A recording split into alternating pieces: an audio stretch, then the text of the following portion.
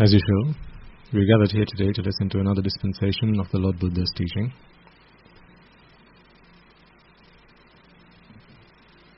We are ever so privileged, ever so fortunate to come across this Dhamma, the teaching of the Supremely Enlightened One, the Perfect One, the Omniscient One, the Undefeatable One, the Unvanquished One, the Perfect One. So before we commence, let us take a moment to recognize, reflect on and acknowledge that it is His Dhamma that we have this privilege of discussing, understanding. He is the Master. Bearing that in mind, let us all pay homage to the Supremely Enlightened Lord Buddha. Namo tassa bhagavato arahato samma sambuddhassa. Namo tassa bhagavato arahato samma sambuddhassa. Namo tassa bhagavato arahato samma sambuddhassa.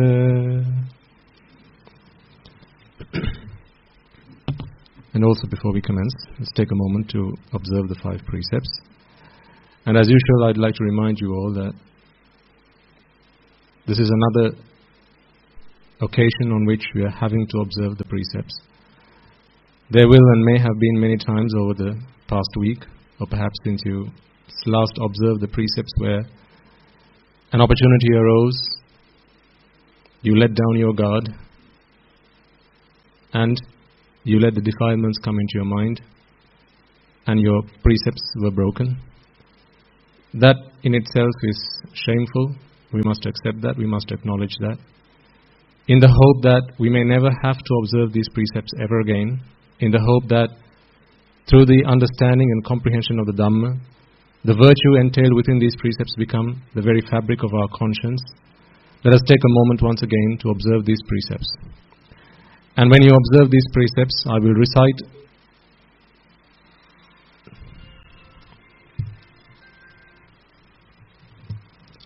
the precepts one at a time, as well as the lines that you would recite to seek homage in the Buddha, Dhamma and the Sangha.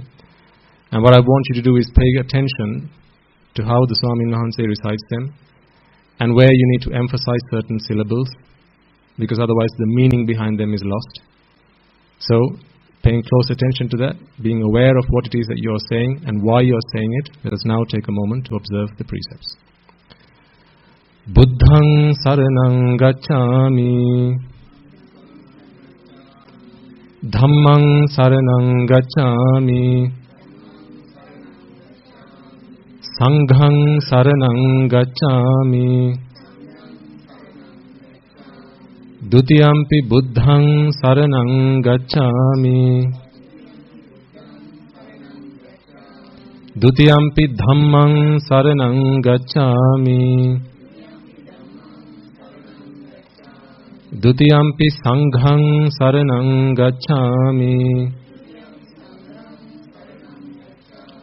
Tatiyampi buddhaṃ saranang gacchāmi,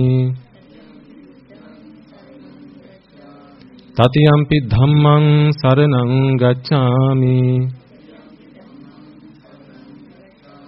Tatiyampi sanghaṃ saranang gacchāmi, Saranagamaṇaṃ sampunnaṃ, Pānātipātā vēramaṇī sikkhapaдаṃ samādhiyāmi,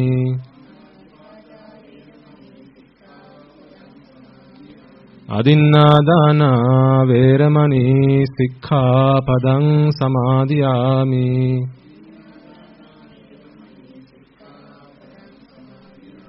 Kāmesu miccācārā vēramaṇī sikkhapaдаṃ samādhiyāmi,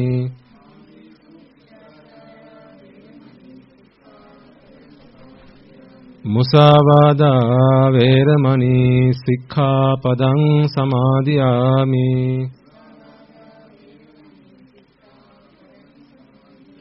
Suramera majjapama datthana veramani sikkhapadang samadhiyami.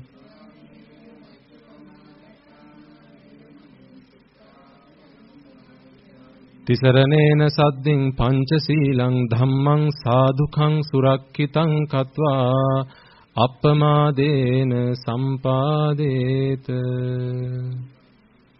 Okay, you may all be seated now.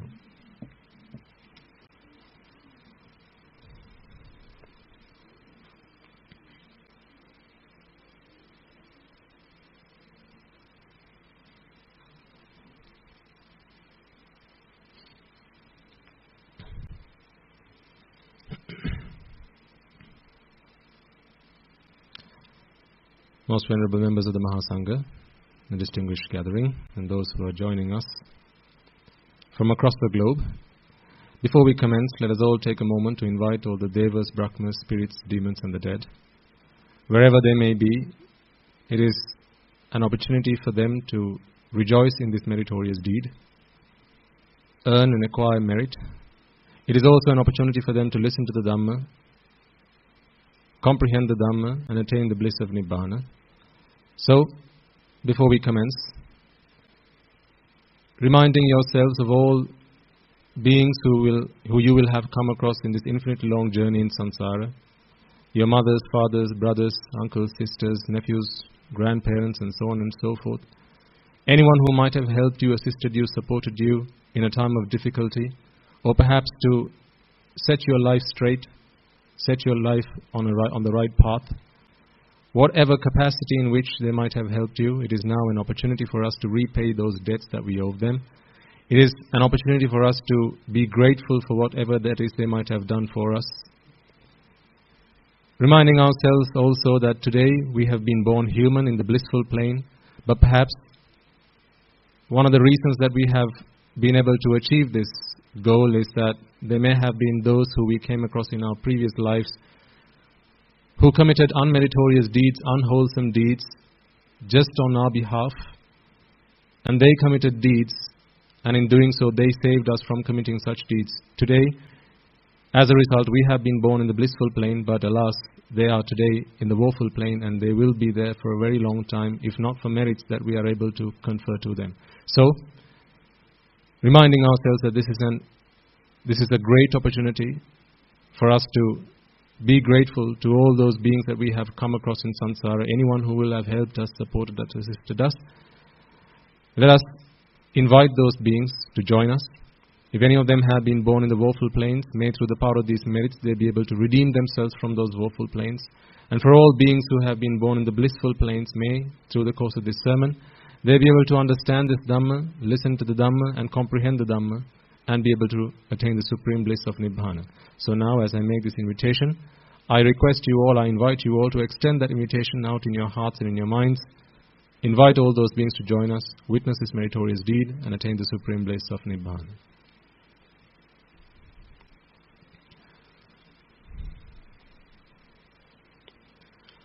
Samanta Chakravalesu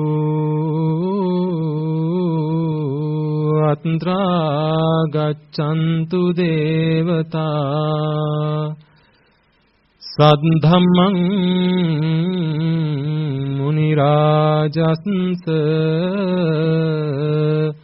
Sunantu Sagga Mokkadang Dhammasavana Kalo Ayang Bhadanta Dhammasavana Kalo Ayang Bhadanta Dhammasavana Kalo Ayang Bhadanta.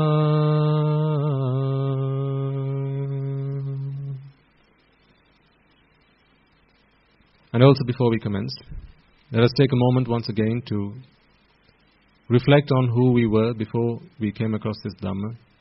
As you will know for yourselves, your lives have changed beyond your wildest imagination. Perhaps you don't recognize the person who you used to be before this Dhamma came into your lives. So if that is how you were in this birth, then consider how you might have been in this infinite long journey in samsara, having only had the association of ignoble, immoral people who defiled our minds with raga, dvesha, moha, desire, aversion and delusion, And having been blinded with avidya and tanha, ignorance and attachment, countless will have been the times we will have offended, abused and desecrated the noble ones, the Aryas. The Samma Sambuddhas, the Pacheka Buddhas, the Arahata Buddhas, Anagamis, Sakurdagamis, Sotapannas, be they on the path or having attained the fruits, as well as the Sambuddha Shasana, the Buddha's dispensation.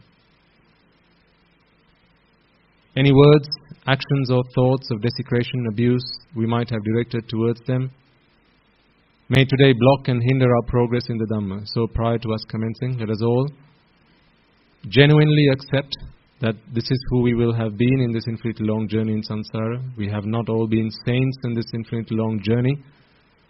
Let us seek forgiveness from the noble ones, wholeheartedly and honestly and genuinely to ourselves.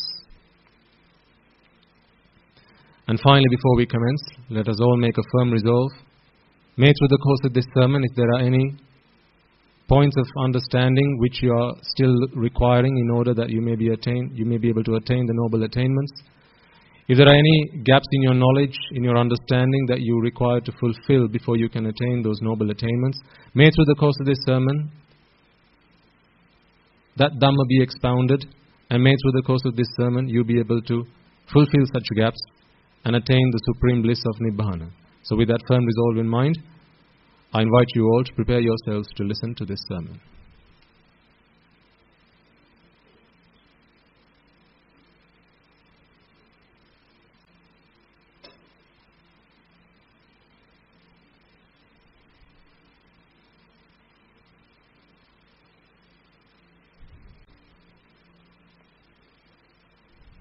Okay.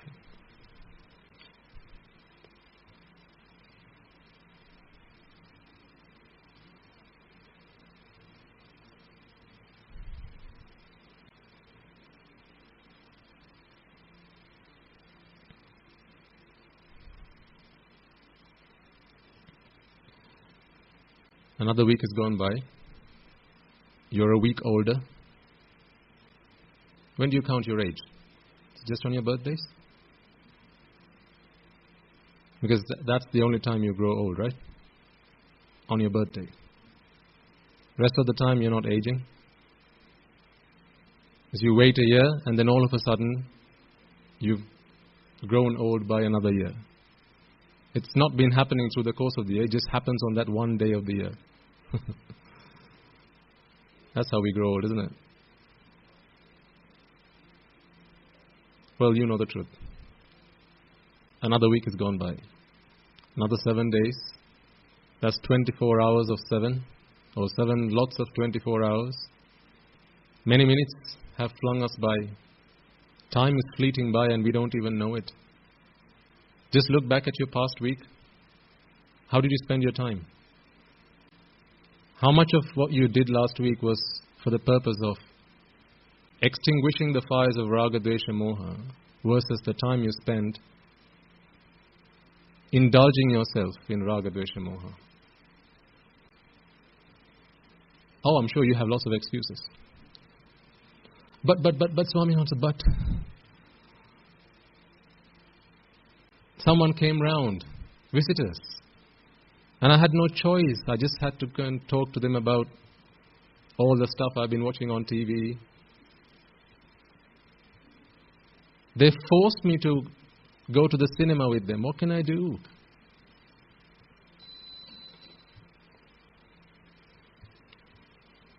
Excuses, right?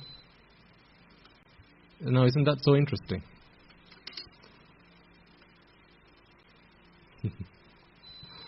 Oh, I catch you every time. Think. What are we doing? You've got to be more mindful than this. You've got to be more aware than this of what's going on. Buddhism is not the study about the universe. It's not study about the cosmos or how planets came into being. It's not a study about the Big Bang or anything like that. You know, at its core, Buddhism is nothing other than the study about oneself. It's a study about yourself. It's a study about who you are. It's a study about how you operate, how your mind functions, how your mind operates. And why? Because of this ignorance of how you work, you get yourself into trouble so many times. This is what Buddhism is about. And to do that, you have to be mindful of how your mind works.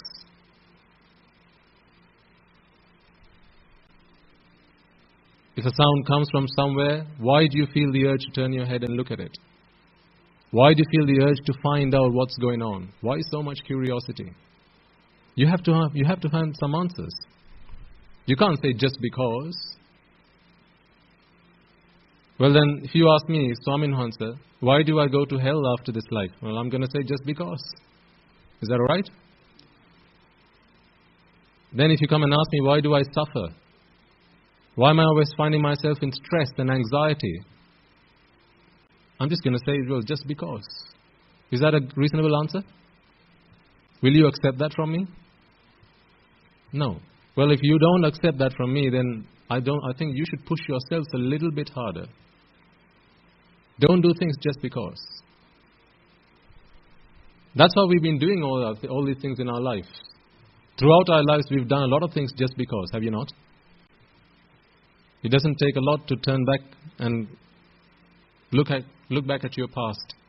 A lot of things that you did just because. And look at where it got you. Now you're suffering the consequences of that. But when the consequences come and bite you on the back, well, they don't come and say just because. You can't turn them back and say, no, actually, you know what? I don't like you. Come back another day. Doesn't work like that. When it's time to bite you on the back, well, it's going to bite you back on the back real hard. So how was last week? I'll tell you what I did last week.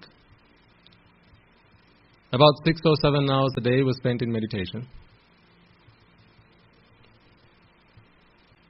Much of the rest of the time was spent discussing the Dhamma with my fellow monks at the monastery, or with other ladies and gentlemen like yourselves who come and visit the monastery, preaching to them or talking to them about the Dhamma.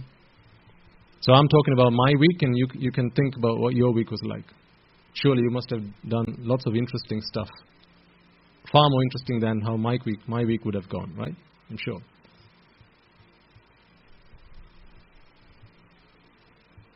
And then there was time I put aside to attend to my requirements, such as the 4 hours I put into sleep nowadays. Actually, it's working pretty well. Remember when I decided I was going to cut down to 4 hours? It's when I met someone just like you. A young gentleman about the age of 35, who I met after one of the sermons. He was a 3-wheel driver. That's his profession. And he was telling me about what a busy life he has. He has a family to feed. He has a job to do. He moonlights whenever he can, which is to do a job during the night as well. Does overtime so he can make sure his children are looked after and they have a future for themselves. And then he says, but when I'm doing all of these things, I never forget to listen to the Dhamma. I always have my earphones plugged in, and I'm constantly listening to the Dhamma. Never missing a moment when I can do whatever I need to do to redeem myself from samsara. So when I was speaking to him, I was reminding myself, I'm doing pretty much the same things. So, we are pretty equal. Also I thought. And then he said, so I only get about 4 hours sleep, Swami Nansa. That was a jaw-dropping moment for me. I said, what? You do all that and you can get away with 4 hours of sleep? That's all you need? He said, yes. At that moment, I confessed to him. I said, oh dear sir, I am so ashamed of myself. I don't do half the things you do to toil your body day and night, and I have to resort to 6 hours of sleep. And I find that pretty pathetic. So from that day, I changed my schedule. And actually, it's going pretty good. It's going pretty well. Because, what I've been thinking about, and I also have a group of young monks who come and meet me at 7 o'clock every morning. Actually, all 4 of these are in that group as well. So I do a personality development exercise with them. Because when they're out in the public and, going to schools and things like that, and living in society, you get that kind of exposure. How? Well, you get told off. That's how. When you make mistakes, you get beaten up. That's how society teaches you what's good and what's bad. But of course, their parents didn't bring them here to get told off or to get beaten up. So there are other means and then there are better ways of teaching young children how to work on their personality. This is not about creating a self and fostering the self, because that's the kind of personality that I used to learn when I was in society. How to build a good ego for yourself. They never said that that's what you were doing. But ultimately, we all know what we were doing. It was feeding our ego every single time.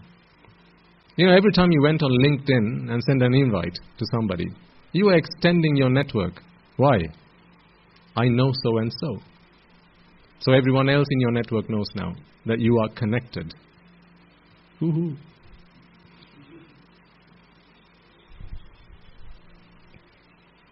Another friend on Facebook.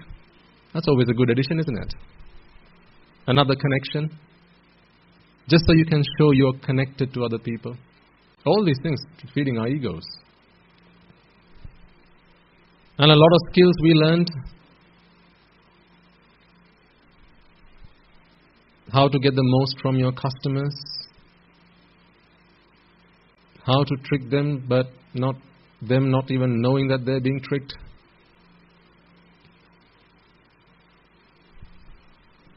So they said that was personality development, but underneath it was all about feeding the ego. So the program that we are doing at the monastery is very different to that. Every morning at 7 o'clock sharp, they have to be there, and I have a clock that I place by this Bodhisattva statue. And if they're a minute late, they have to go back. I will not accept them. Not a minute late. And when they arrive at 7 o'clock, they have to come clean shaven, having brushed and made their beds, and had breakfast, and all that, and have to be there 7 o'clock sharp. A minute late, turn back and go away. So 7 to 8 o'clock, there's a meditation program that I do with them, and then from 8 to 9:30, all the other monks in the monastery come and join us, and then we continue the meditation program. So this is how I make up my meditation. Like I said, about 6 to 7, 8 hours of meditation every day. So they help me and I help them. But that 7 to 8 in the morning, I dedicate for that group of young monks. So we have about 7 of them in the team at the moment. And you can ask them when you get a moment to speak to them. I'm not very lenient. I'm quite tough. If one makes a mistake, who has to suffer? Everyone, yes. If one makes a mistake, everyone has to suffer. The punishment is given to everybody.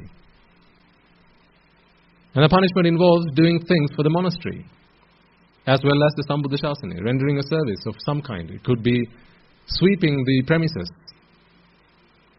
whatever.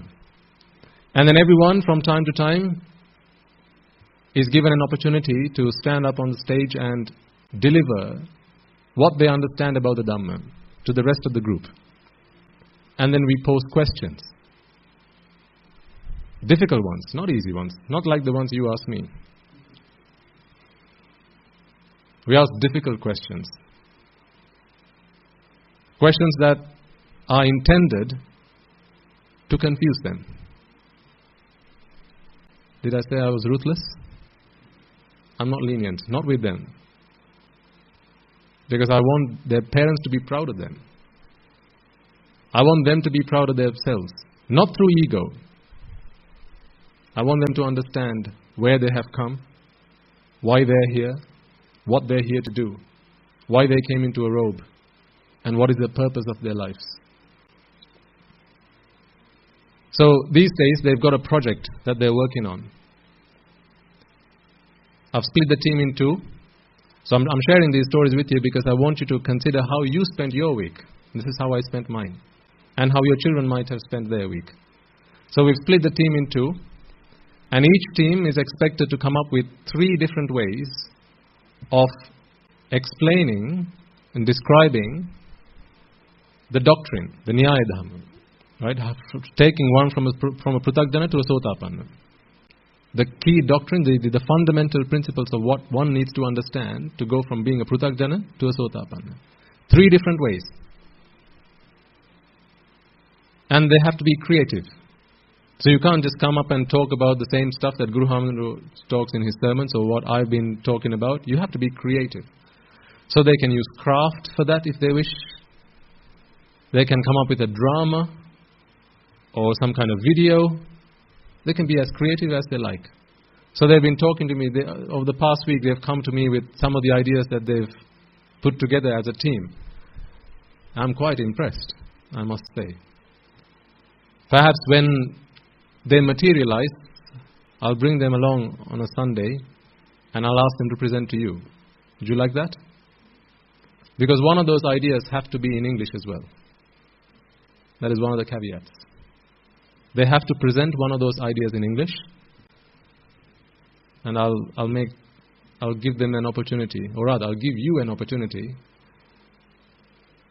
to listen to what they have to say. So we'll do that one Sunday when you're here. So these are some of the things I've been doing over the last week. So how was your week? You know, what I remind myself every day is, I used to do quite a lot of personality development and helping people do that in my lay life. How does one give a presentation? How does one negotiate? How does one communicate effectively with others? How to influence people? But a lot of the time, these things I taught and I helped people learn. But these were people who were not interested in the Dhamma. These are not people who were interested in Nibbana. They were people who were just either suppliers or consumers in this world of consumers and suppliers. So all they were interested was in ensnaring somebody else in their trap. That was all they were interested in.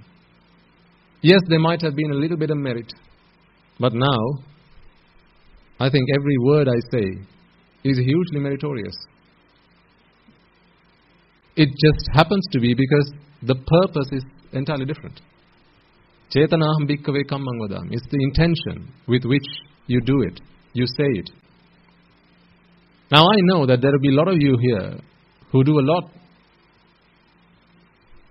not just yourselves but your families, to society, to help them prosper and to help them become better citizens of tomorrow.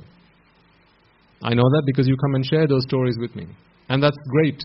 It's great to do that. And continue doing that. But make sure that in whatever you do, you find an opportunity to give them the gift of Dhamma. Because there is no other gift that excels that. The gift of Dhamma is the only gift that is really worthwhile giving. Every other gift is one that is just a means to an end. What about money? Isn't money a means to an end? How far will money take you? What's the answer? Up to the grave, absolutely. It can't take you any further than that. So isn't money a means to an end? What about property? Wealth? Houses? How far can that take you? Still the same answer, isn't it? What about youth? Imagine you can come up with some kind of formula which extends someone's youth. That helps someone maintain their good health. Whatever the case might be. Ultimately, it's all a means to an end because all that ends the day you get into that coffin or the day you get put into that coffin. Can't think of the last time someone actually got into a coffin themselves. So it's all a means to an end, except for this one thing, the gift of Dhamma. The reason the gift of Dhamma excels all gifts is because it's a timeless gift. What's a timeless gift? Not a Rolex. The Dhamma is a timeless gift. Because this is a gift that was true back then, it's a gift that's true now, and it's a gift that is true forever. The only gift that is going to bring you your salvation. In Buddhist philosophy, there is no person to come and save you. There's no savior. The Dhamma is your savior. I'd like to share a story with you. There was a monk, or there is a monk who lives with us, who was quite poorly over the last 2 or 3 weeks. And he was admitted in hospital for a duration of time.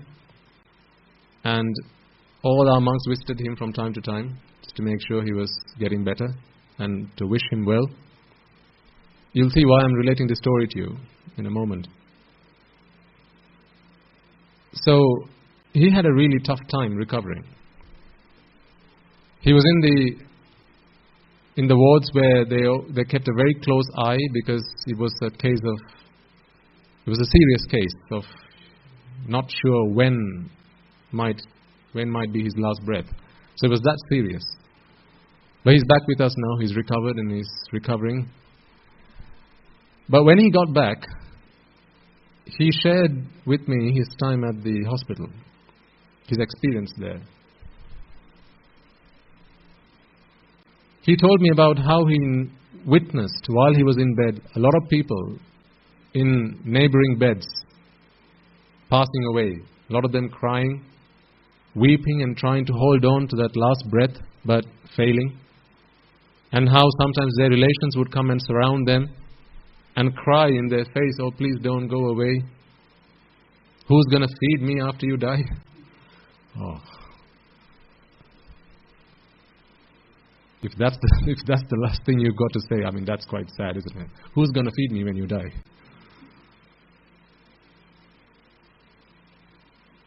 Who's going to take care of me when you die? So these were some of the things that he heard. But that's not the most interesting thing that he shared with me. He said, "Swami Wahanse, it was great of you all to come and visit me at the hospital. And when you all came and stood around my bed and you wished me a speedy recovery, that was all good and well. But deep inside of me, I knew that there is nothing that any of you can do to save me right now. If it's my last moment, there is nothing that any of you can do. Attadipa viharati. Anisarana anisarana. No one else can come to your refuge at that point in time. It's only the Dhamma." And he told me, just like I have heard other people have said, and I've heard in sermons delivered by monks over many sermons I've listened to, there were times when he knew he had come very close. How so? He said he could see his entire life flash in front of him. Memories from childhood, memories that he never thought he had, flash in front of him. Just like watching a movie. Incidents from his childhood just flashing in front of him, one after the other. And times when in his life where he had succumbed to desire, raga, had succumbed to aversion, dvesha, had succumbed to delusion, moha, and acted through raga, dvesha and moha. As well as times where he had done meritorious deeds. He said experiences of when he was at the monastery. These events flashing in front of him like a train. One car after the other, just going like that. It's like a movie, playing in front of his eyes. In so vivid detail. So when I heard this, it reminded me of having listened to sermons in the past where this is an experience that we all have to come across when it's our last moments alive. It's like a casino wheel. It'll spin until it comes and stops where you've got the pointer. All these events flashing in front of your eyes, all these events that you've gone through in life, experiences you've had, and it's going to stop at one point. The only problem is you can't decide which point it stops. Whether it's a good deed or a bad deed. You don't know, you can't tell. You just have to wait and watch and see what happens. And he said this was the experience that he had, and he knew it might be time for me to say farewell. But he said, at that point in time,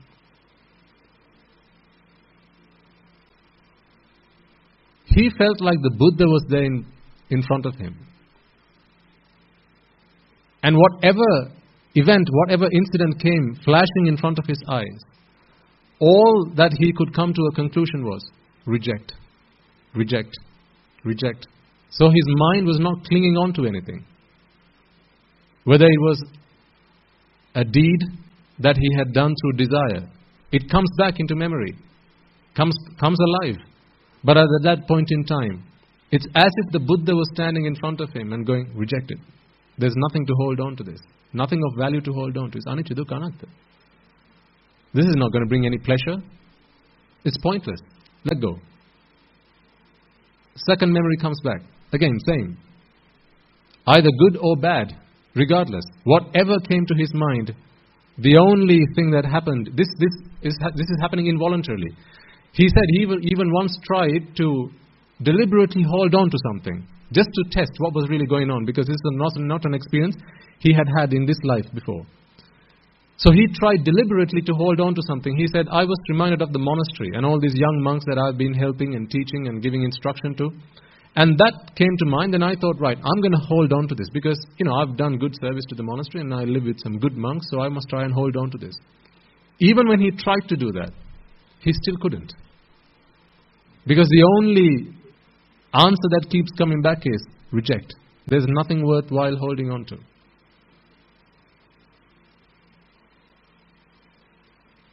And he realized this was his understanding of the Dhamma that had come to save him at that point in time. Dhammang have rakkati dhammachari. Dhammo have rakkati dhammachari. As he was relating this story to me, I could see a tear in his eye. And he said how he was so pleased with himself that he had taken the path in Dhamma. And at that point in time where no matter whatever he was trying to hold on to, nothing was being clung on to. Everything was just reject. No, nothing. It's not worthwhile. Just let go, let go, let go. And he wasn't even doing deliberately. It was all happening involuntarily. Because the Dhamma had come to his rescue. This is the only rescue you have. This is the only refuge you have. I want you to understand that. This is why I related that story with you. This is why he shared that story with me, and he said, Swami Nohansa, if anyone asks you, what might a near-death experience be like? Well, this is one. This is my personal experience. If you have sought refuge in the Dhamma, if you have an understanding, a comprehension of the Dhamma, then the Dhamma will come to seek to your refuge at that point in time where no one else can help you at that point. No one else. You can't bring a Swami Nohansa and expect him to help you at that point in time, because who knows? You might be reminded of a time when you're in your youth, or perhaps in your time when you were foolish, where you might have offended a Swami Nohansa. So Swami Nohansa comes and he starts chanting Pirit. What you might be reminded of is a time when you were a young boy or a young girl. Mother said, Puta, come and listen to Pirit. I don't want Pirit. What nonsense is that? Stop that and put some music, will you please? You might be reminded of that. Now, are you not better off not having had that Swami Nohansa come and chant Pirit in front of you? This is the thing. You can't pick and choose at that point in time. You just have to let go and see what happens. It's just Russian roulette at that point. You can't pick and choose.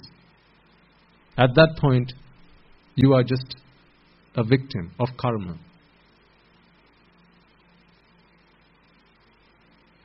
So a question to you again. Have you been preparing yourself for that day? Or have you got lots of time for that? This Swaminatha, he was only 29 years of age. And remember, he's a Swaminatha. He's a monk who dedicates his life to the Dhamma. Perhaps you live more virtuous lives, maybe. So you have nothing to worry about. He is a monk who battles with Raga, Dvesha, Moha every waking hour of his day. Perhaps you have more vigor. Perhaps you are more courageous. Perhaps you are more tactful. So perhaps you have nothing to worry about. Maybe. If so, then great. But if not, I ask you again, what have you been doing to prepare yourselves for that day? This day that doesn't come with warning. When it comes, it comes. You know, one bacteria can knock you dead. Can it not? One virus can knock you dead. A virus that you can't even see with your plain eyes. It can knock you dead. One blood cell can knock you dead. What are you playing with? Life has become a game to a lot of people.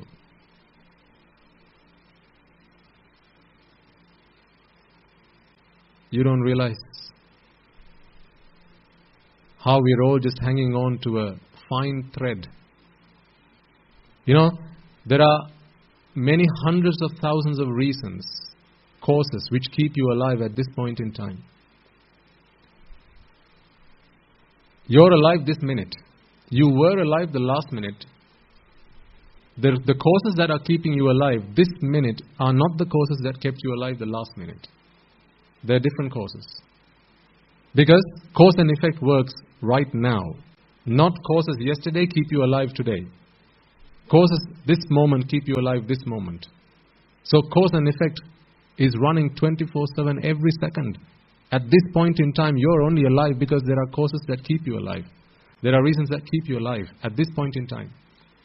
And there are hundreds of thousands of them. None of these two causes talk to each other and go, hey, I'm going to help this guy be alive. Would you care to join me? None of your heart muscles talk to each other, or heart cells talk to each other and go, I'm going to try and keep this guy alive. Would you care to join me? They're all independent. If one fails, that doesn't mean the other is not going to fail. It doesn't mean the other is going to fail either. Because they're all independent. They'll all fail independently and they'll all work independently.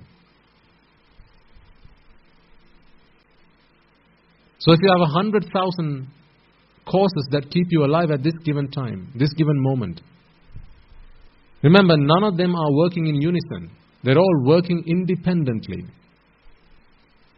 Imagine if you were the chief of an army and you had to get them all to stand in line,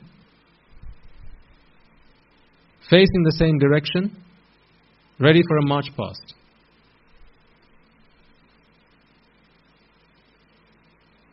So you go attention, and everyone has to stand in attention. All look in the same direction. Whatever they were doing prior to that, they will all have to stop all that activity now and stand straight, looking in the same direction in attention. So this is your task.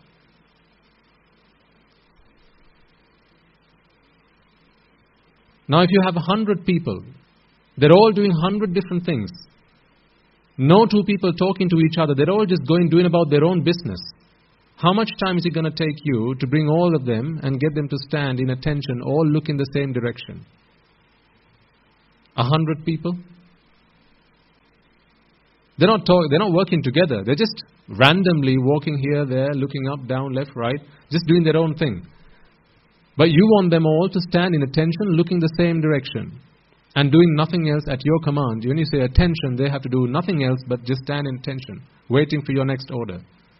And there are 100 people. Can you imagine how laborious that task is? Now what if there are 100,000 people? They're all doing their own thing, running here, there, everywhere, just going about their business. And your task is at the count of 3, bring them all to attention. All look in the same direction. All standing single file. Can you imagine how difficult a task that is?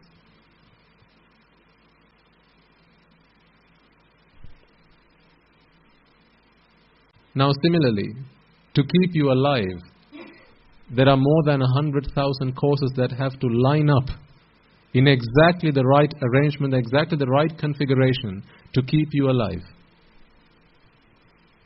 They're not going to line up now because they lined up one moment ago. They're all working independently and they have no awareness of time. Just because they did it the previous moment doesn't mean they're going to do it now. Just because they do it now doesn't mean they're going to do it the next moment. But all 100,000 of them have to line up to keep you alive. What are the chances? Which one of these is a surprise? Life or death? Which one's the surprise?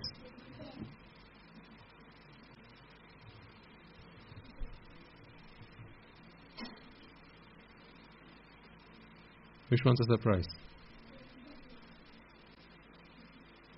Being alive is a surprise. When there are so many causes that have to come together to keep you alive. Leaning Tower of where? Pisa. Why do people go and take photos? Because it's leaning. Because what do you expect it to be? Really? When you go and take photos in front of a straight building, you expect that building to fall. This is why it's a wonder.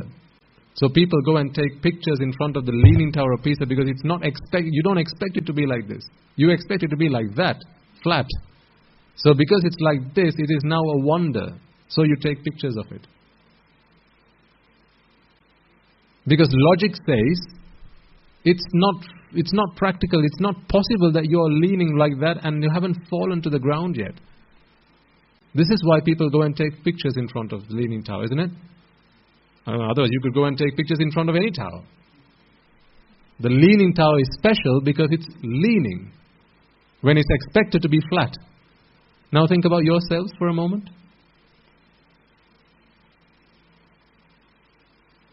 There are so many causes that have to line up in exactly the right arrangement, in exactly the right configuration to keep you alive at this moment in time. Many hundreds of thousands of causes that have to line up, that have to be in your favor. Which one is the surprise? The fact that they are or the fact that they aren't? They are. It's the surprise that they are in your favor at this given moment in time because there are so many of them. Herding cattle is easier than keeping you alive.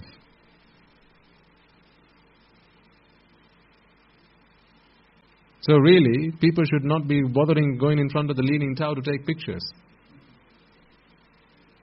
They should come and take pictures with you. Maybe that's why they do that. Hey, would you care posing for a picture with me, a selfie, maybe? Maybe that's why they come and take pictures with you so much. Because they're just so surprised that you're still alive.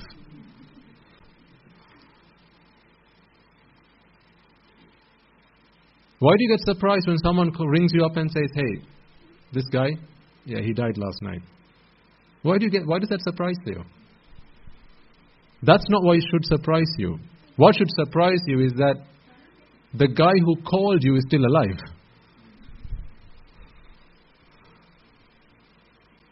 So when someone calls you and says, hey, you know what, I have to share this sad news with you. So-and-so died last night. What should you be saying? And you're still alive?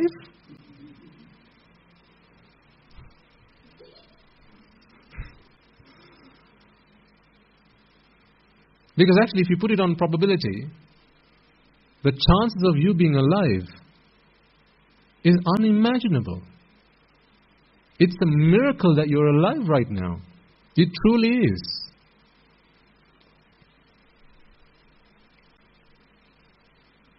But the inevitable day is coming and that day we don't know when. So, for the third time and final time, I'll ask you the same question. What did you do last week to prepare yourself for the inevitable day? How much of your last week did you dedicate towards preparing yourself for that? Remember what Guru Swami Maharaj says in his sermons? We all get the same paper. We all get the same test paper. This exam that we have to write is the same paper for all of us. Whether you're a lay person or a monk or a man or woman, whether you're rich or poor, doesn't matter. Whether you come from a good family or not, it doesn't matter. We all get the same paper. And in this paper, it does not ask you how much money you have in your bank account. What a pity, right? If only they asked that. Oh, you'd pass with flying colors, wouldn't you?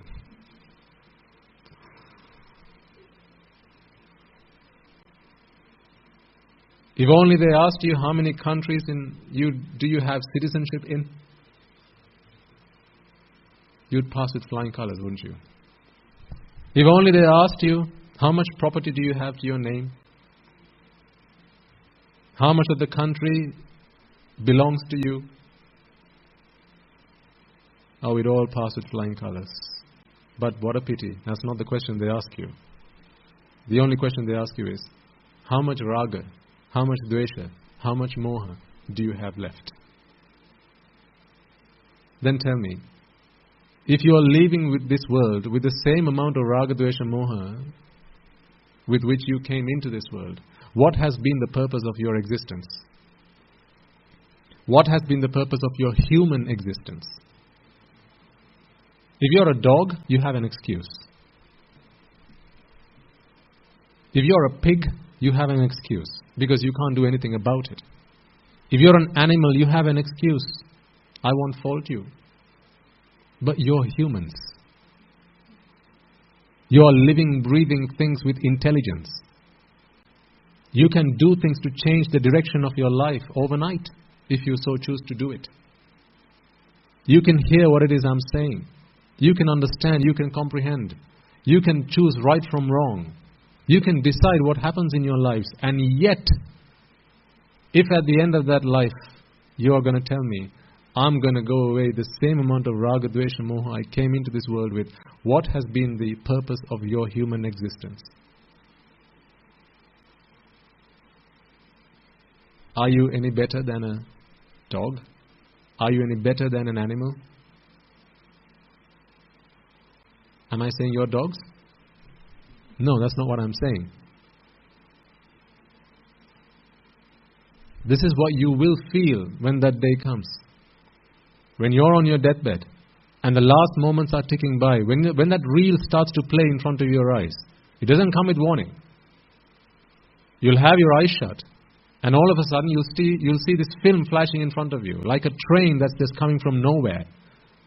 One car after the other, events from your childhood, from your life, flashing in front of you.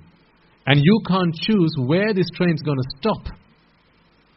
Which car's going to come and stop in front of where you're standing right now? You can't choose. At that point, you're helpless. No one can come to your refuge at that point in time. Only the Dhamma. You know how many things you've done in your life today you regret. Times when you acted with raga. Times you acted with dvesha. Times you acted with moha. Times where you engaged in unmeritorious deeds, unwholesome deeds. Whether it was killing, stealing, engaging in sensual misconduct, lying, backstabbing. You know. Times when you went really angry, really mad, and the things you said to other people to hurt their feelings. Times when you might have destroyed people's lives with no sympathy at all. You know. Even as I say this, events will come into your mind. You'll be reminded of such times. What if one of those comes and stops in front of you? Who's going to save you then? then you are helpless. Completely and entirely helpless. If you don't have the Dhamma at that point in time to enable you to contemplate on that event and look at that as being anicca, dukkha, anatta, without that understanding, you're a goner. You're a loser. The Dhamma is the best insurance plan that anyone can buy. And how much is it? Free. Well, that's how the best things in the world are, right? Free. The best insurance plan that you can buy is free. But alas, this is why most people don't bother about it. Because it's free.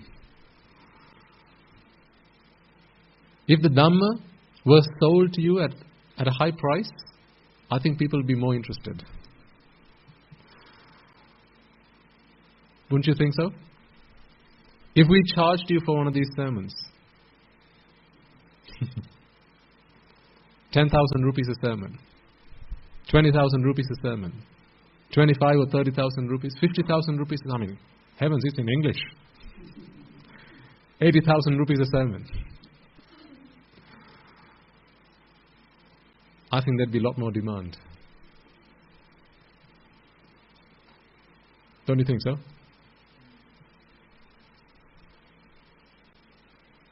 If you had to book your seats and buy a ticket to be here, I think there'd be a lot more demand. But alas, it's free. When something's free, people don't value it. That's why people don't value their parents. Why? Free. Who has to pay for a mother? No, it comes free. Who has to pay for a good father? No, it's free. That's why they don't value a good father.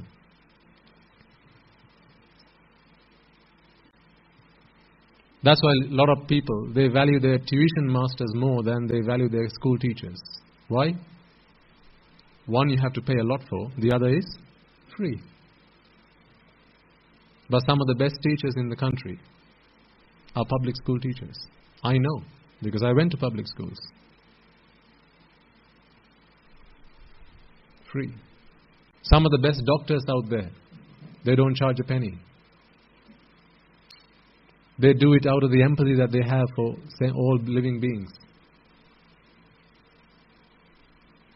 But people don't value them.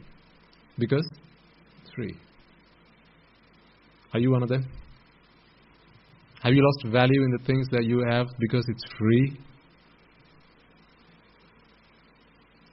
Never be like that. The best things in the world are actually free. Don't undermine something just because it's free. Most of all, the Dhamma. This is the one thing that you and I have not had the opportunity to receive in this infinitely long journey in samsara. Because if you and I would have come across this Dhamma, I guarantee we wouldn't have met in this birth. You wouldn't be here today. If you and I had come across this Dhamma prior to this life, you and I wouldn't have met.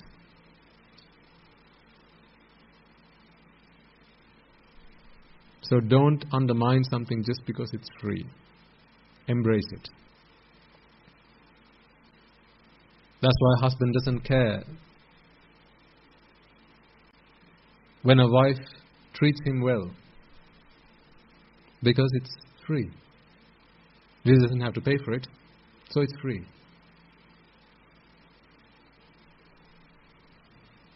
But when he has a mistress, now he has to pay for it.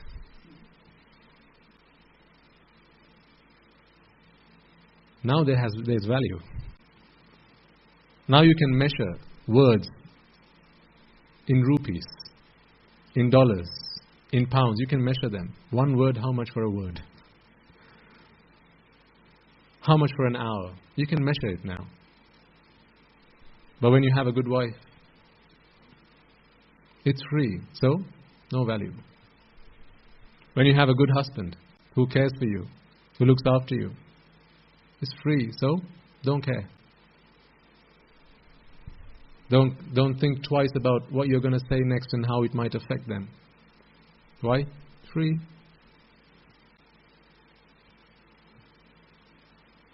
Until it's free no more. And then you regret. And then you repent. Now it's time to be remorseful. Don't be that guy. Don't be that person. Appreciate what you have.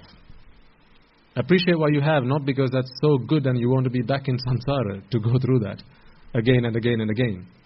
But appreciate what you have, because these are all things that a lot of people in this world don't have. A lot of time people actually complain about what they don't have, don't they? Isn't that what people like to do a lot? Complain about what they don't have? Not thinking about what they do have? Doesn't everyone you come across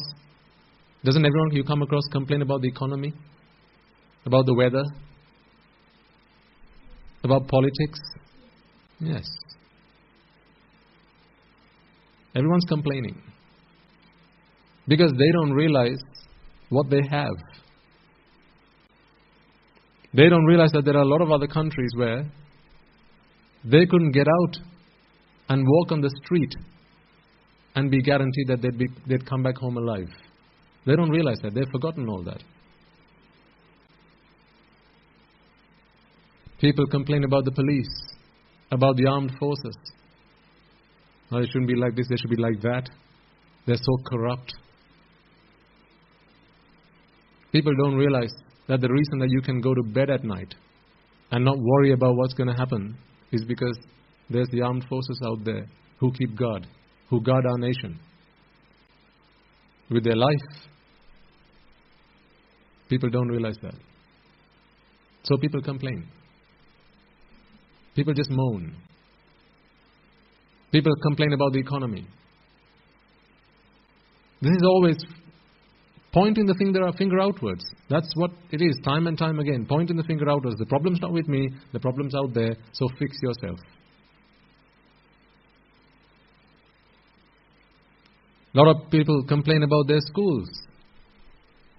A lot of young children complain about their schools.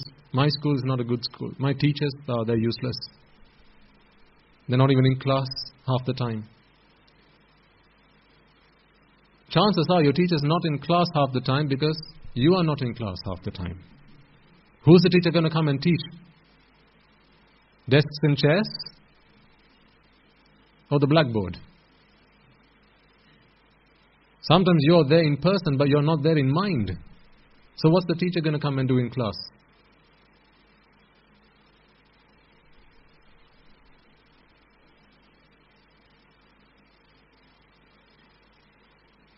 You know the old saying? The day you become a good student, a teacher appears. You don't have to do anything. The teacher appears. The day you learn to become a good student, the teacher will just appear. Out of nowhere, a teacher will appear. So stop complaining. Stop pointing the finger outwards. Point your finger inwards. Look at what you can do to be a better person. Look at what you can do for your country, for yourself, for your neighbor, for your husband, for your wife, for your children, for your mother, for your father. See what you can do. Expect little. Give a lot. Because ultimately, what you get is what you give. So if you get little, what's the reason? You're giving very little. Who said so? The Buddha said so. So don't be someone who gives very little and expects the world. Don't be like that. Don't ask what your country can do for you, right? What should you ask? What can I do for my country?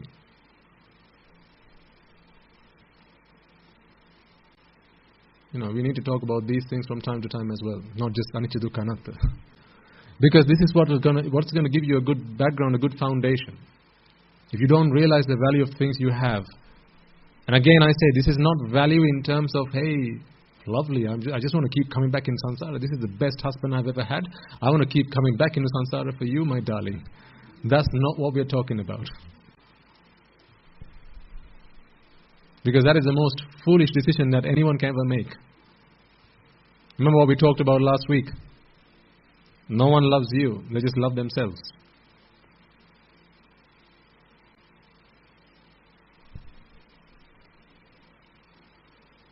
But if you keep complaining, then what's going to happen is, you're going to lose the very things that are currently helping you to get to where you want to go. And then you're going to be left with nothing. You can't complain the economy because that's all you've got. How can you complain about the sun and the rain and the wind? Isn't that all you've got? Take away the sun, take away the rain, take away the wind, take away the ground beneath your feet. Now what have you got? Nothing. So why are you complaining about? You're complaining about the very things that you've got. This is all you've got. You're complaining about your mother, you're complaining about your father. Well, take them away. Now what are you left with? Nobody.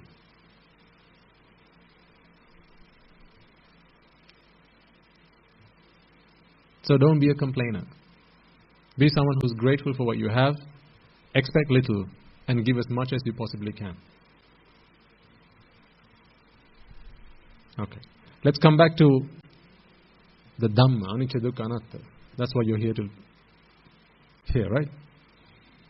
That's what you want to hear. That's what you want to listen.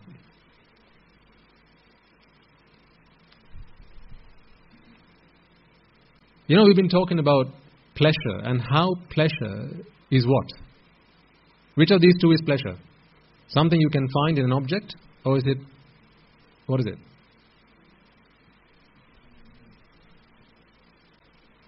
What did we define pleasure as? Yes. Is it a characteristic of an object, or is it the outcome of a process? It's an outcome of a process. So where there is no process, you're not going to see pleasure. There has to be a process. It's not an attribute or a characteristic of an object. Show me where pleasure is in this winnowing fan. Where is it? Where's pleasure on this winnowing fan? Why can you not show pleasure? Why can you not point out pleasure in this winnowing fan? Well, you're going to have to ask, where's the process? Exactly, where is the process? There is no process that's happening here, so you can't say there is pleasure. So we are talking about a process that is a mental process, a process that runs in the mind. And what is the process? Starts with what? Attachment. As soon as you attach, now what's going on? Vexation. This pelima, right? That feeling. And then, relief from vexation. The result of that process, the outcome of that process is the sensation of pleasure and nothing else. So was pleasure there before the event? Is pleasure there after the event? Is that because of the way I'm asking the question?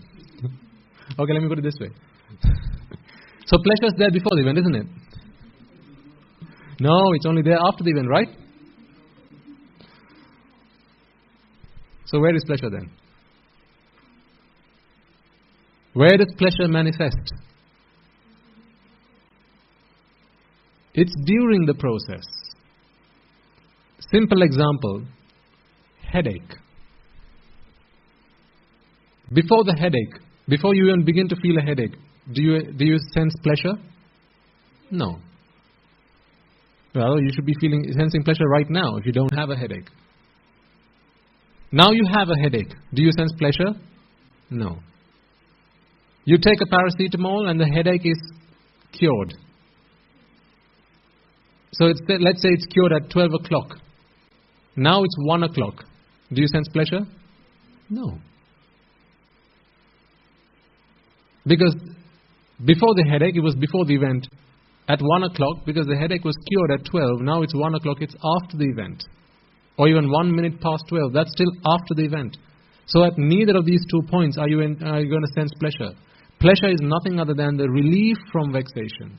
So it's during the event that you feel this. during the event.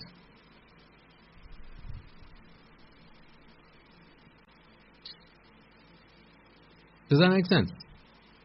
It's during the event.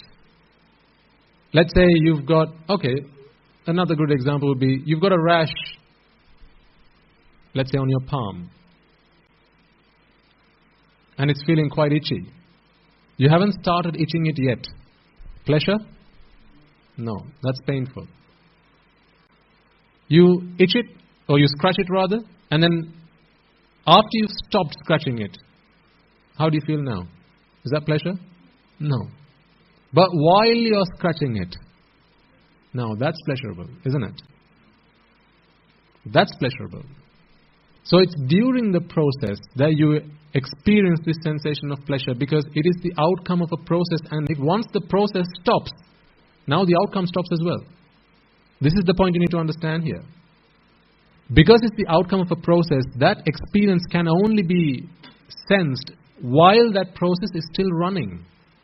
Because as soon as the process stops running, now you can't get an outcome from a process because there's no process running. Do you understand that? You can only experience it while the process is running. But where people fall, where people get this all wrong because of ignorance, is at that point in time where you experience pleasure, something comes from the outside world. This happens as if by coincidence. Using an example, someone says, pizza for dinner tonight. I always get heads turned when I say that. Pizza tonight for dinner, someone says. Now in your mind, you have started vexing for it, have you not? That vexation did not start before that word was uttered. Would you like pizza for dinner? Before that was said, no, you were thinking about something else. Whether it was the cricket match, or whether you were doing your homework, or just doing about whatever chores you were attending to, that pizza did not come into your mind. But the moment someone said, would you like pizza for dinner? Now that vexation has surfaced. It's not that it wasn't there. It was all submerged. Something else was taking predominance.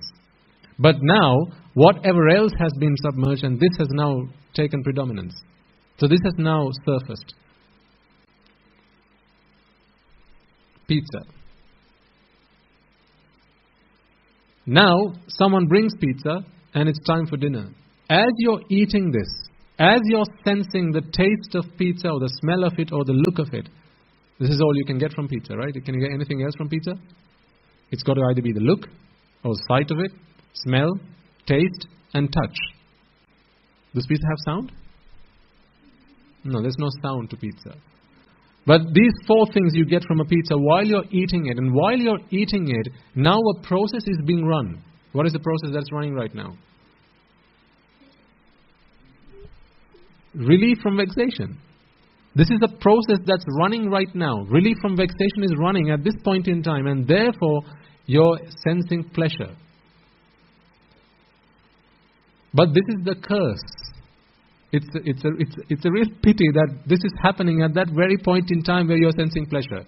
And that is, you're tasting pizza at the same time. Your tongue is picking up the taste of pizza, and you're being relieved of vexation at the same time.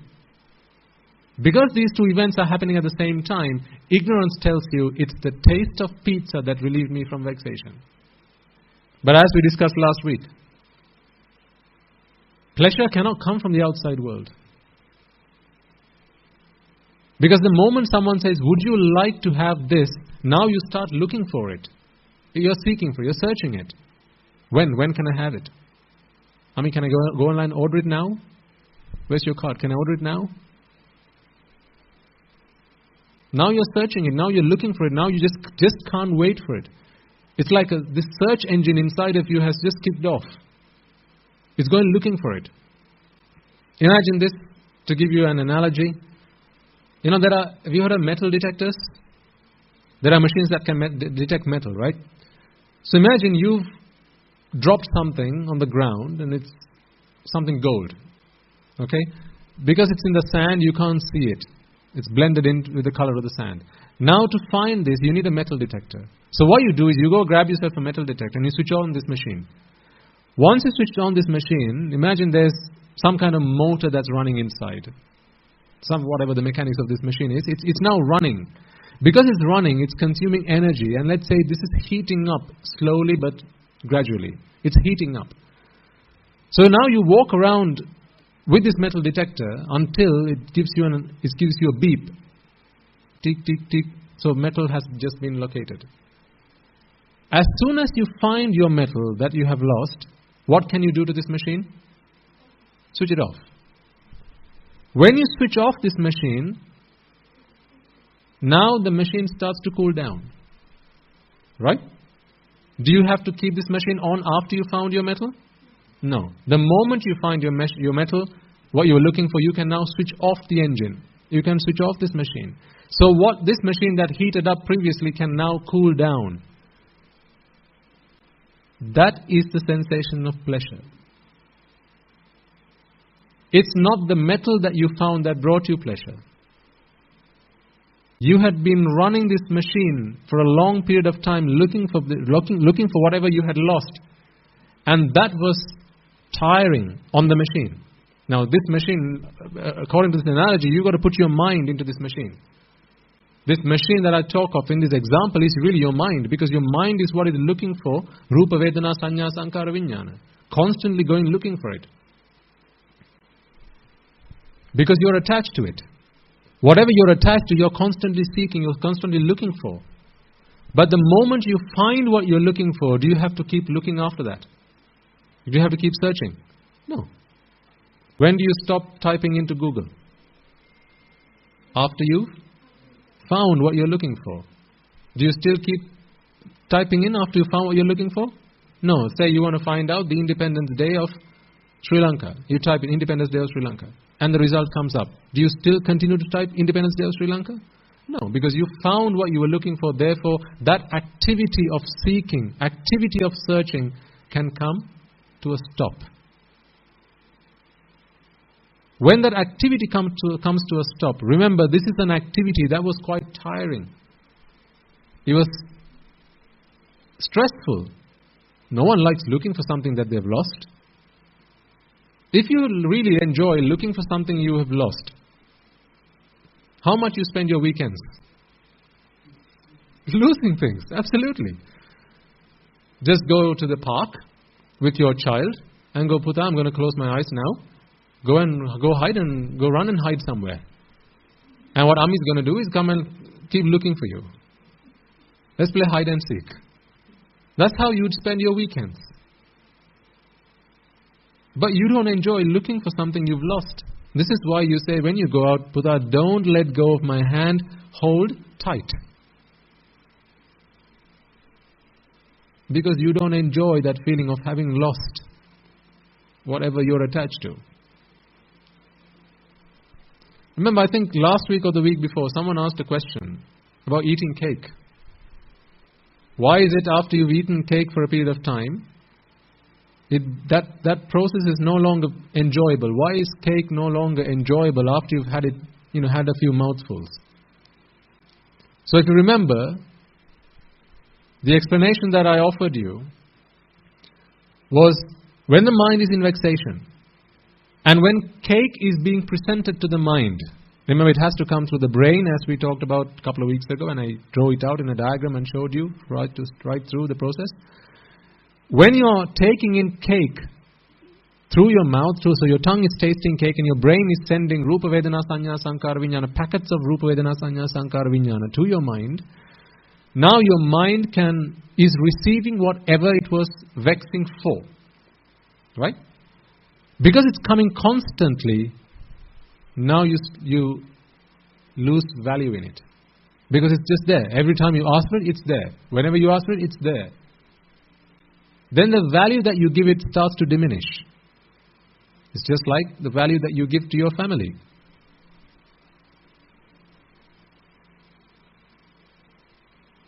A guy likes a girl. Okay? Think about this. A guy likes a girl. If he enjoys that feeling of attraction to the girl, what's the last thing he should do? Say again? What's the last thing he should do? If he likes the attraction that he's feeling from this girl, right? So the girl's pretty, he thinks, she's a lovely girl, I really like you. What is the last thing that this guy should do? Marry her. Why do I say that? Value goes down. Yes. Because what happens after you get married? You take the girl home, and now whenever you're vexing, for that Rupa Vedana Sanya Sankara Vijnana, all you have to do is open your eyes and she's there right in front of you. But prior to marriage, you only got to see her once a week when you went to your tuition class. Or you saw her at the party once a month when everyone got together. When there was a get-together, people met each other. Or once a year, whenever, right? Is that how often you see her? Then it's not regular. And you don't know when it might happen, when it might not happen. Right, so put this into your life examples, right? This is how the Dhamma comes true for you. You have to put this into your life and see whether this is true or not so true. Before you got married, you really enjoyed their companionship because it was very scarce. It wasn't easy to come by. You had to fight for it. You had to struggle for it. You had to play hide and seek with your parents. Didn't you? You had to wait to go online when your parents went to bed to have a conversation. To give a call, you had to wait until your parents left home. And then again you'd be on the phone just checking if someone's at the door. Parents have come back home. Put the phone down again. Talk to you later. I've got to go. When that was what was going on, that was quite pleasurable. A lot more pleasurable than it is now. And the reason for that is because back then when you were vexing, it was not easy to relieve yourself of that vexation. Because it wasn't easy to relieve yourself of vexation, the value you gave to that Rupa Shabda Gandha Rasa Sparsha and the Rupa Vedana Sanya Sankara Vijnana that came from that Rupa Shabda Gandha Rasa Sparsha was a lot. You gave it a lot of value. But now, all you have to do is open your eyes and she's there in front of you. This is why I say, if a girl or a guy really likes the look of somebody else or finds another person attractive, the last thing they ought to do is get married. That's the last thing they ought to do. Because the moment you do that, now, value starts to diminish. For as long as these two don't get married,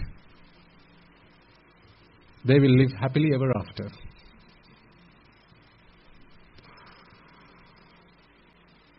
When's the happiest day of a man and a woman? Their wedding day.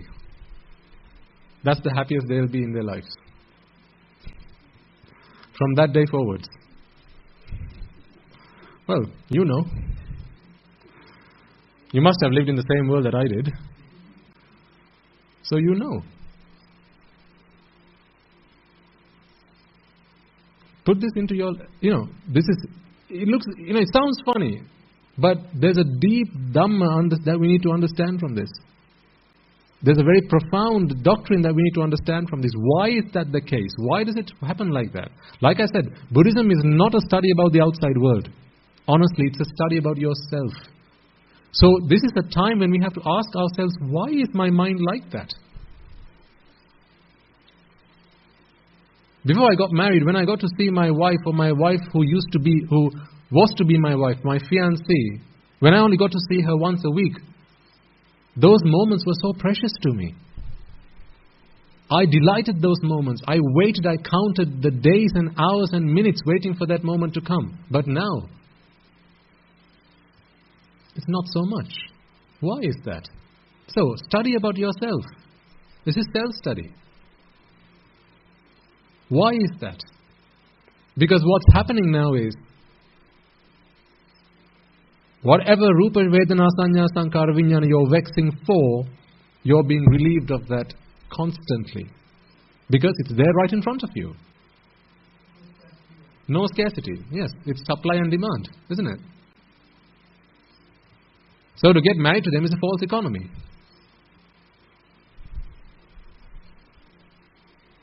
Because now there's greater demand, so rather more supply, less demand.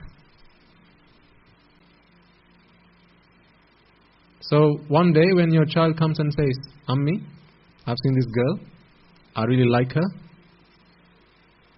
What should the mother say?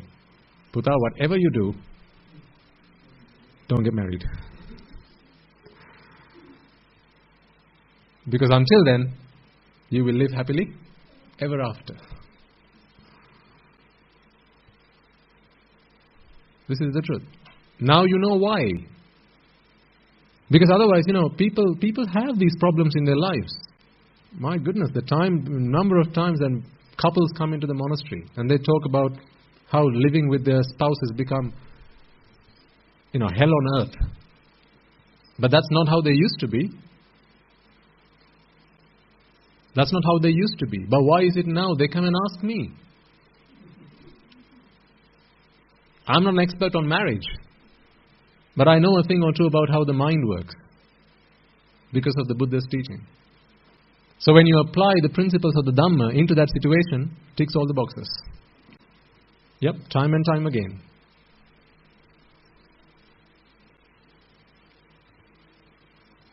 An example that came to mind, just to help better understand that pleasure is relief from vexation. On one of my recent meditation practices, I'll share with you. Imagine there's a drum. Okay, a drum. So a drum is a percussion instrument, right? Yes. So you have a drum. A guy sees a drum, but he's never seen one ever in his life before. So he sees this object. He doesn't know it's a drum. He sees this object and he wonders, what is this object? Now, of course, he's curious, like the rest of us.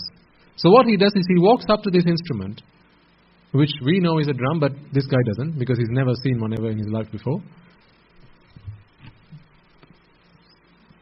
Excuse me. So he walks up to this instrument, or this object, and what he does is he bangs it with his hand. He just goes bang. Now I say bang because that's the noise that comes when you hit the drum. But what he does is he just hits the surface, or the, what do you call it on a drum? The skin? Yeah, the skin of the drum. The diaphragm. That's the posh word. So you hit the diaphragm or the skin or whatever you want to call it, the drum, basically, where you're supposed to hit it. And then that produces a sound. Right? As any drum would. So when a sound is produced, this guy hears that sound and he thinks, that's a lovely sound that's just come from that. That's just come. That's all he knows. Beg pardon? Sorry? He hits it again, yes. So he hits it again. And again he hears that sound. And again he thinks, that's a lovely sound. So he hits it a third time. It's a lovely sound. This guy doesn't realize that what he's hitting is a drum. And it's the nature of a drum, being a percussion instrument, which has air trapped within it, to vibrate, and therefore once it's hit, to generate a sound. He doesn't realize that this is a drum and that is how a drum works. What he thinks is, I hit the drum, I heard a noise, ooh, wow, what you're capable of. What's he pleased with now? His palm, his hand. He thinks, I never knew you could do that. So he hits it again. And again he hears that sound. Again he thinks, this is marvelous. I never knew that you could do such amazing things. He doesn't realize that it's a drum that he has just hit. And no matter what you hit the drum with, you're going to get a sound and it's going to sound pretty much the same. He thinks that it's the hand that made the noise. So what he's going to do next? He's going to wonder, Perhaps there are other things that can also bring me that sound. Then he goes walking and he finds a stick. He brings the stick and starts hitting the drum with the stick again. This time around again he hears that noise. Oh. Just like my hand, this stick is also quite a marvelous thing. It's quite magical. How this stick can bring such lovely sounds. Then he goes looking again for other things that can make this sound. He goes all over the world looking for things that can generate this sound, but not realizing that it's the drum that's doing all the hard work. He thinks it's whatever that object is that hit the drum that is generating this sound that he finds quite pleasurable. The way our mind works, and through ignorance, the decision that we come to is pretty much the same. In this example, the mind is the drum. Okay? The air that's trapped within it is this mind that's in a state of vexation. When this drum is hit, now the air particles within the drum start to vibrate. That's like the mind was in a state of vexation, now being relieved from vexation. That's the process, and the outcome is what? Pleasure. Like the sound that comes because of the vibration of the particles that are trapped inside the drum. But this was triggered by no surprise, because that guy came and tapped the drum. That was the trigger. That was only the trigger though. It was not what was responsible for the sound that came from the drum. But through ignorance, this guy thinks that it was the hand that's done this marvelous job. Likewise, people think that it's the sound or the sight or the smell or the taste that came from the outside world that brought me pleasure, because they don't see what's happening in between. People think that it's the sight that brought me pleasure. Why? Because imagine the hand in that example is the sight that you've just seen. You've just seen a sight. That's now hit the drum. Or that's come into the mind as a mental object. Mind is in a state of vexation. Released from vexation. Now you get pleasure that comes out of that process. Like the sound that has just been generated from the drum. This guy thinks that it was the hand that brought this sound, and we think it's the sight that brought me pleasure. Did you have a question, sir?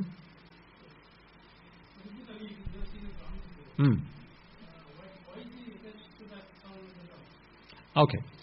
He's never seen a drum before. Why is he attached to this? This is where views that we get from the outside world come in. So one fine day, someone said, hey, there's something interesting. I think you should go and explore that a little bit. So they pointed at a drum. This guy didn't know what it was. Someone just pointed at this instrument and said, there's an interesting object in this that we have in this world. You should go and explore it a little bit. Remember, as we talked about last week, you and I, we don't need to be taught about pleasure. Because pleasure is not a new experience for any of us. Throughout samsara, we have experienced pleasure time and time again. This is why we've come through in samsara.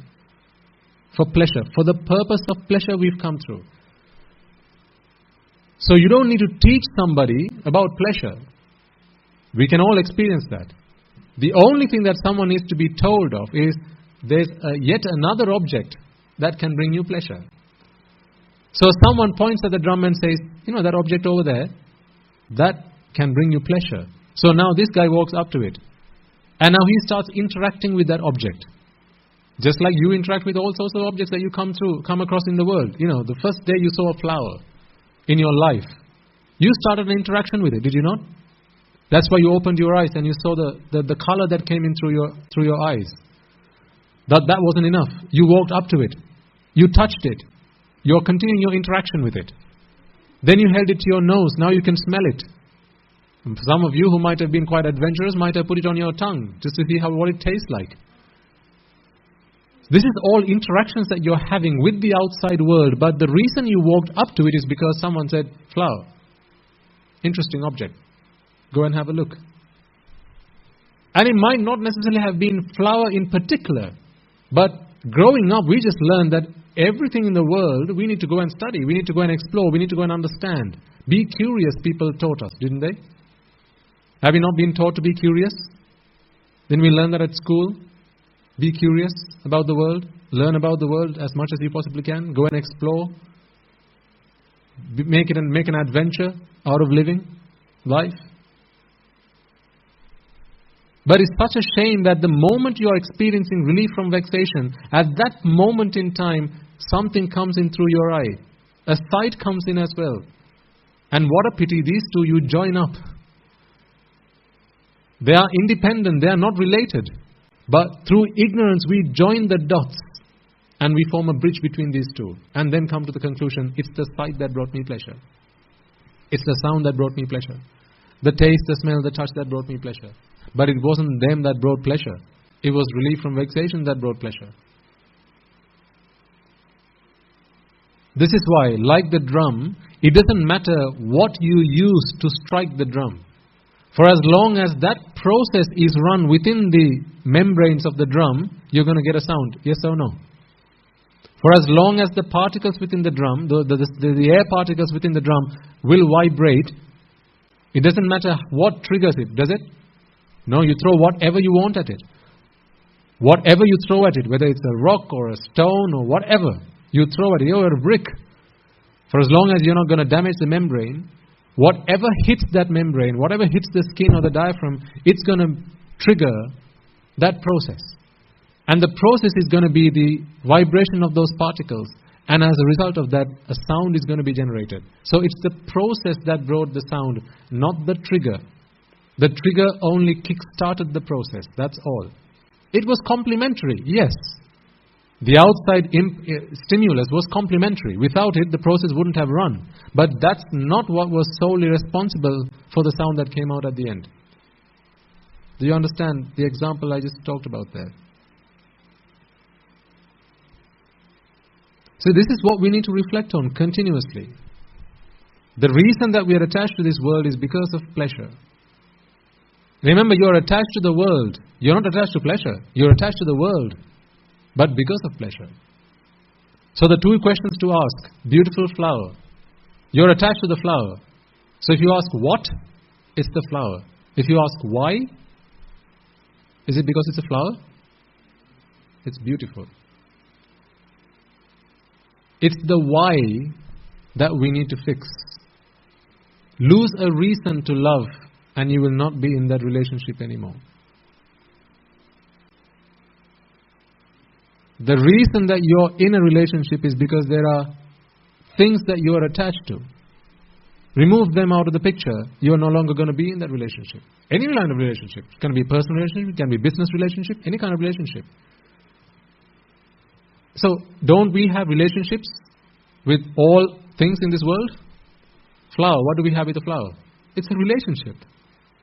Our mind has a relationship with it. Because it's a source of Rupa Vedana Sanya Sankara Vijnana. Yes, sir? Yes. So through samsara, all we've been doing in samsara is seeking pleasure. But it's not pleasure that we were attached to.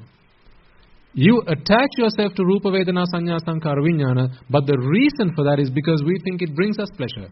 If you remember the example I gave last week, you have a company and you want to hire some people to come and do some work for you. Okay? So you put out a job advert, people apply, and 5 people come around for interviews. At the end of the interview, you decide, these guys are just a waste of time. They have no skill, no education, they have no talent, and they're just going to be a loss to my company and never a profit. So you decide, I'm not going to hire them. Okay? But what they do is they go away, and they go and speak to someone influential, and they come back with a recommendation letter. Now this recommendation letter you respect, because you respect the person that has provided this recommendation letter.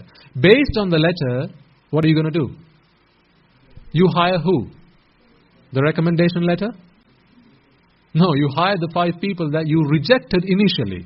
It's the same people. They've only come back the following day. They haven't gone and done any courses to improve their skill or talent. They haven't gone on an education course to improve their education. Nothing. They've just come back. The only difference is, this time round they've brought with them a recommendation letter. Based on the letter, you hire the same people you rejected yesterday. Same people. If yesterday you decided that they were a waste of time, what do you think they're going to be today? A waste of time. If yesterday you went through their CV and decided they have no skill, they have no talent, they have no education, based on fact you made that decision, didn't you? But now, because of the recommendation letter, you're hiring the same people. All of a sudden, have they come up with some skill and talent? No, it's the same people. So you hire them, what are they going to do to your company? Bring profit or loss? Loss. You hired them, that's the what. But you hired them why? Because of the letter. That letter is Ashvada. That is what pleasure is. Who wrote the letter? Ignorance wrote the letter. Mr. Ignorance wrote the letter. It's because of that letter you hired the same people you rejected, you denied hiring the previous day. Because last time round they didn't come with a letter. There was no pleasure there. But this time they've come with pleasure. So with pleasure you open the door, come on in.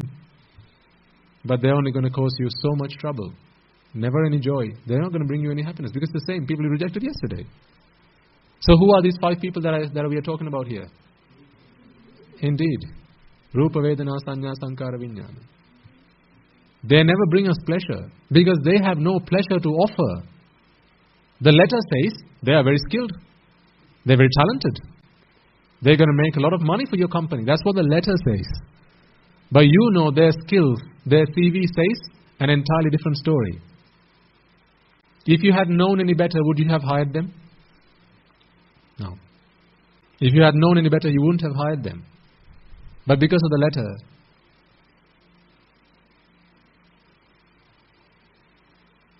you took them on board. You went against your better judgment. Based on the letter, you took them in. And now, they're just causing havoc. All they're doing is causing chaos in your company. What is your company? What is this company we speak of? It's the mind. The mind's the company. Rupa Vedana Sanya Sankara Vijnana are these 5 people that came looking for a job. Previously you denied them because if through wisdom you had made that call, you wouldn't have hired them. But they came in with the letter. And on the letter they said, skilled, talented, educated, great guys. Oh, well, welcome. Come on in.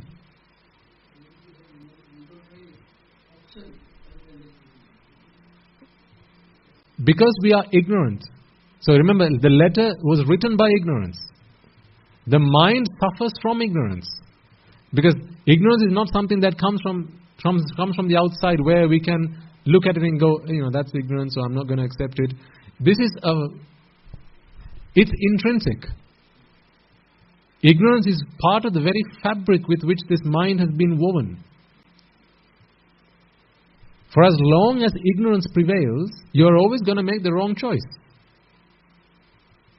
Because good looks like bad and bad looks like good. Remember the equation we spoke of some time ago? X times minus 1 equals Y. Times minus 1 is ignorance. So whatever number you plug into X, you're going to get the negative of that. So put in a negative number, you get a positive number. Put a positive number, you get a negative number. So good looks like bad, bad looks like good. That is what ignorance is like. So for as long as ignorance prevails in this mind, you can't not attach. It's not something you can do. I am ignorant. I'm not going to attach. You can't do that. Because what is ignorance? Ignorance is nothing other than attaching is good. So when right from the inside you're coming up with attachment is good, why would you not attach then? If attachment is good, why wouldn't you attach? You'd always do the right thing, wouldn't you? Wouldn't you? Would you not always do the right thing? You would always do the right thing, yes. But through ignorance, the right thing is the wrong thing. That's the problem. The wrong thing looks like the right thing. That is the problem. So you're always doing the right thing. Ask a murderer, was that right of you to do that? Of course. Under those circumstances, I had no other choice. It's not right that you send me to the gallows. I was right in my choice, says the murderer, says the robber. Justifying. You'll always justify it. But it's an ignorant mind that always justifies the wrong thing. Because ignorance is simply that, sir. Seeing right as being wrong and seeing wrong as being right. So, but you're always only going to go for the right thing. But that right thing is going to be the wrong thing. That's the problem. So this is why until someone becomes a Sotapanna, now right view has been planted in this person's mind. Now their view is no longer distorted. Now their view is right. So now they no longer see right as being wrong. The -1 in the equation has gone to become a +1. That's what right view is. Now you plug in a negative number, you're only going to get a negative number. You plug in a positive number, you're only going to get a positive number. Do you see how fundamental this is? How becoming a Sotapanna is simply the key, and there is no other way out of this? Because now when you have right view, and that's part of your own mind, yes, ignorance still prevails. Remember, ignorance is only removed at the stage of becoming an arahant. But even when ignorance is there in the mind can still make the right choice. Because at the point of making the choice, when the mind makes the wrong choice, the mind knows, I am making the wrong choice. You know you are making the wrong choice, and yet you make that choice. Because you are still attached to pleasure. You know that pleasure is wrong, and that pleasure cannot be anything that is worthwhile. An example I might offer is, let's say someone's got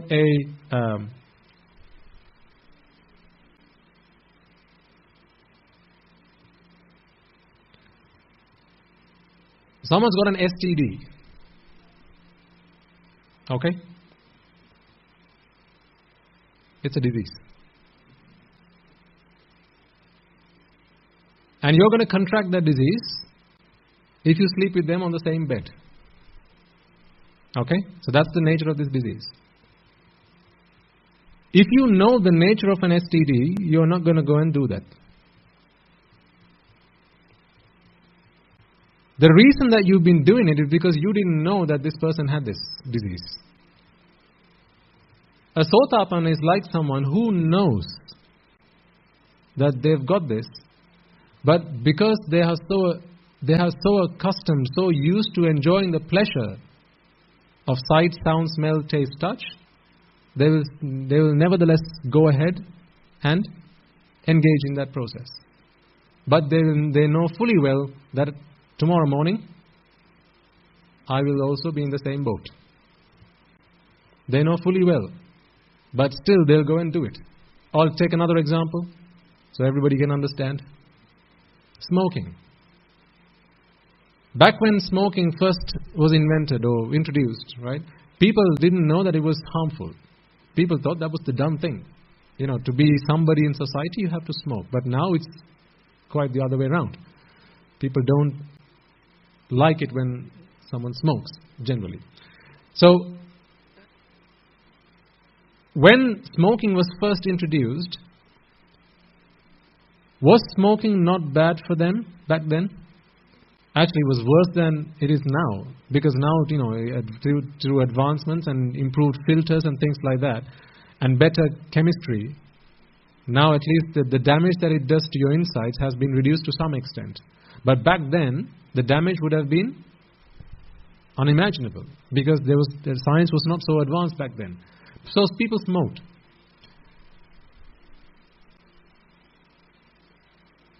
So when people don't realize that smoking is bad for them, they'll go and smoke. And sometimes you have chain smokers.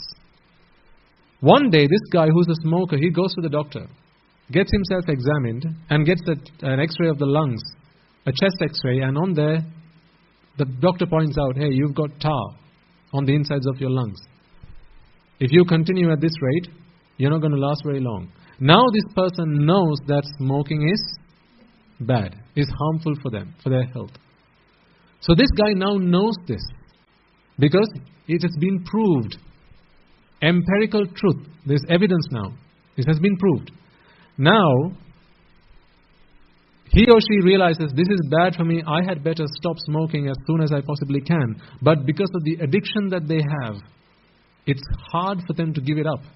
But every time they take a puff, don't they know that every puff I take is taking me one step closer to my death? They know that fully well.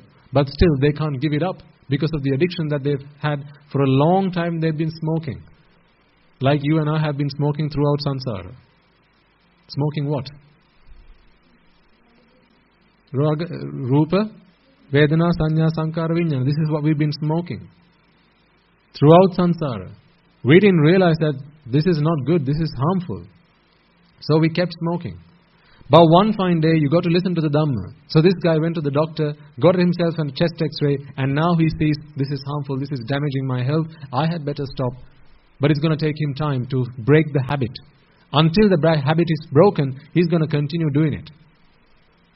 But every puff he takes, now he knows this is wrong, does he not?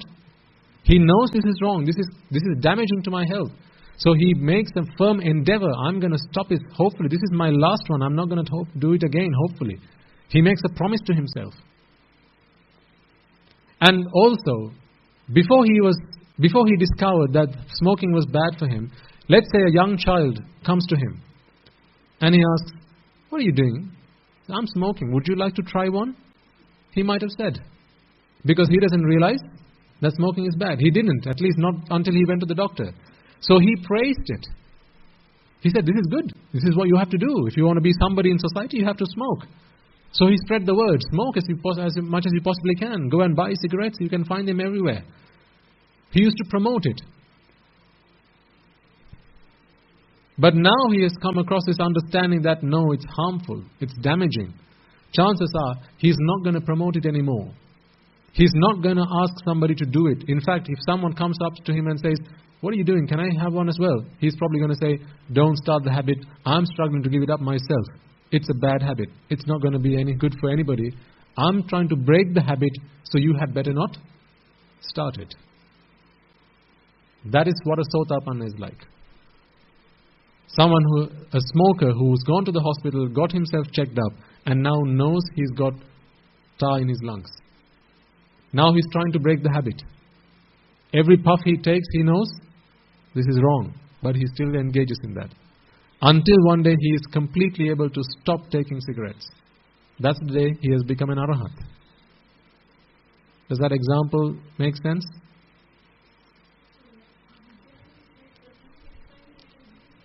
Yes. So that's, how some people, they go to the doctor, get themselves examined, and they decide, oh my goodness, I'm not going to do this ever again. Overnight, they can break the habit. That takes a lot of willpower, a lot of courage, a lot of guts. Right? Some people are like that. They can decide overnight, no, I'm not going to do it ever again. Stop. But others, it's not so easy.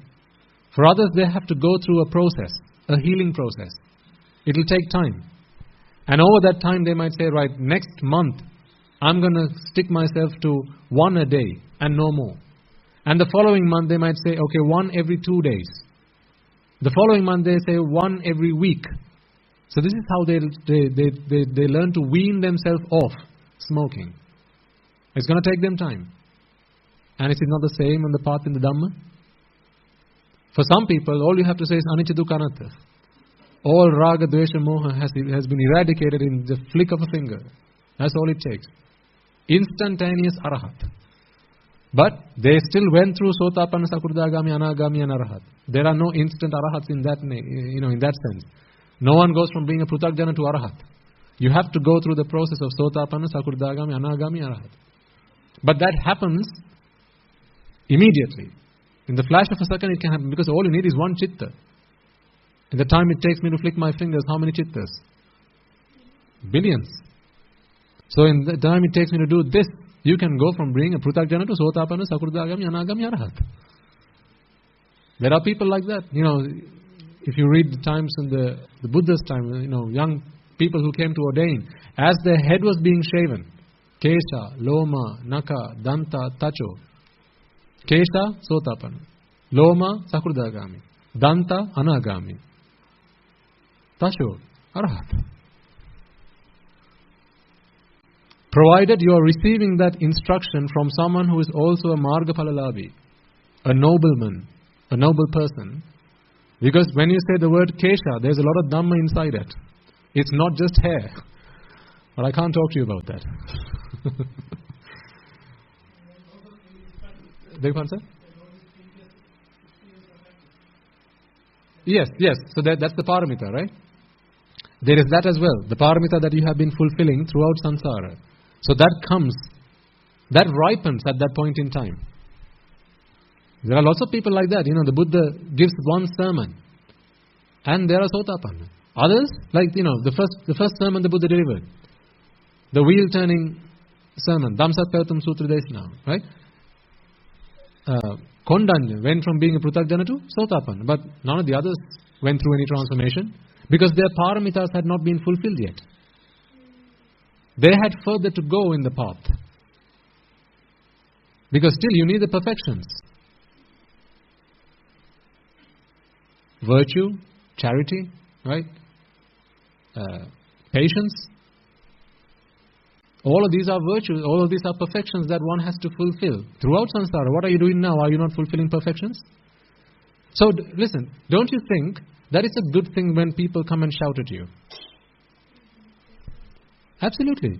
One, it's a test, madam. And two, do you think we would have had a Buddha if not for Devadatta? Would we have had the Buddha if not for Devadatta? Throughout every encounter they had in samsara, what did Devadatta do? Try to do all sorts of harm to the Buddha, to the Bodhisattva, right? He acted with a lot of malevolence. Always causing him harm and giving him trouble, trying to test his patience. But every time, what did the Bodhisattva do? He tolerated that.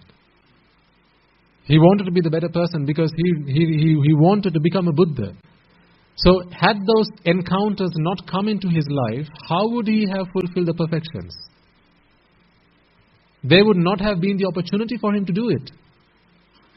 It's like, imagine if you have to work through 100 sums. Oh, okay, flight school. How does one become a pilot? To get their license, you have to go through X number of flying hours.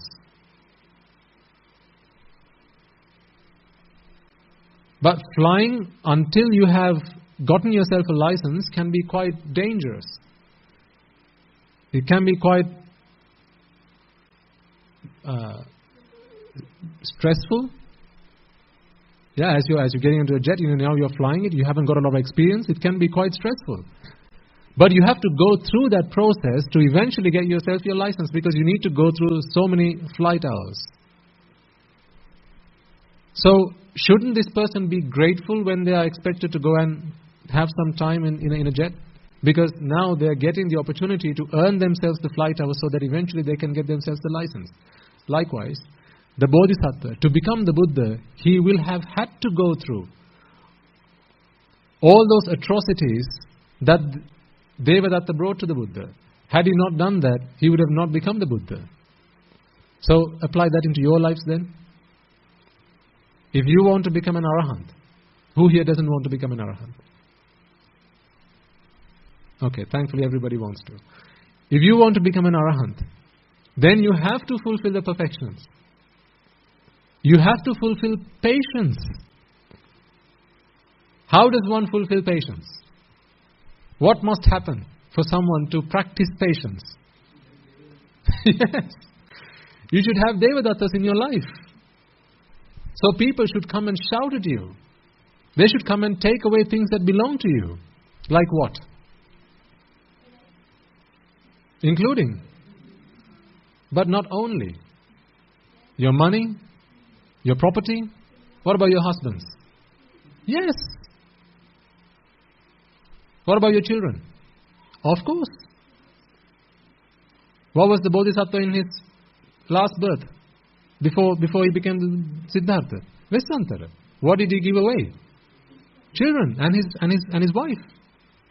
So he had to have the Devadatta in that life come and ask for his children and wife, didn't he? Had he not come and asked for that, who would he have given them away to? So, when someone comes and says, I really like the look of your husband, can I have him?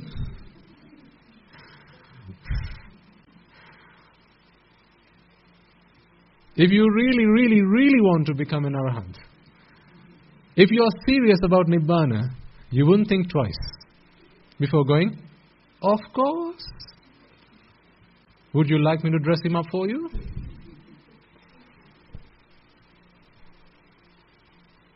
That's if you are really serious about Nibbana.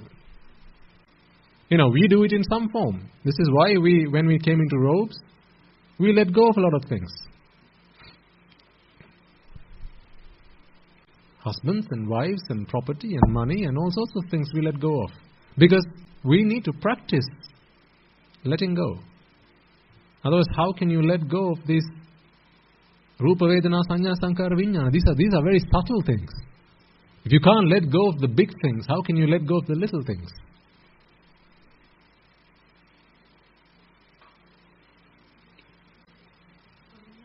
Yes, madam.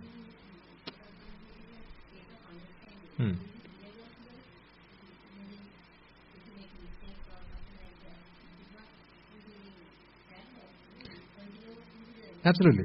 The state of Sotapana is irreversible. You can't go back to becoming a Pruthakjana, even if you wanted to. I can't think why you'd want to, but you wouldn't. You can't even if you wanted to. It's irreversible because it is a state of understanding. It's a level of understanding. Okay, let me put that into a real life example for you. How much is 2 plus 2? Okay, now I want you all to forget that. Now I want you all to not know that 2 and 2 equals 4. Go on. Can you? No. You can't do that because you just know it. It's part of your system now. Now 2 plus 2 equals 4, you might forget in your next birth. You'll have to learn it again. But this is a level of understanding of the mind, because the mind, the amount of ignorance and attachment is what is fading as you go through your levels of understanding. It's ignorance and attachment. Remember we drew the curve and underline. I drew the line of ignorance and attachment. It's that line that is fading away. It's that you're chipping away. This is the foundation on which your mind is running constantly. So you're chipping away at ignorance and attachment. 25%, 50%, 75%, and eventually 100%. At the point of zero ignorance, there's zero attachment. Can you listen to the Dhamma to rid yourself of attachment? You're saying that because that's how I asked the question. Then what can you listen to the Dhamma for? Well done, Putta. Well done. Did you really know the answer? You did. I'm asking about the other people in the room. You can only get rid of ignorance, because attachment is the result of ignorance. Remember, there is no treating the result in Buddhist doctrine. It's treating the cause. Treat the cause, the result will look after itself. You don't have to worry about the cause. The result. Treat the cause. So the cause of attachment is ignorance. Treat ignorance, and the cause, which is attachment, will look after itself.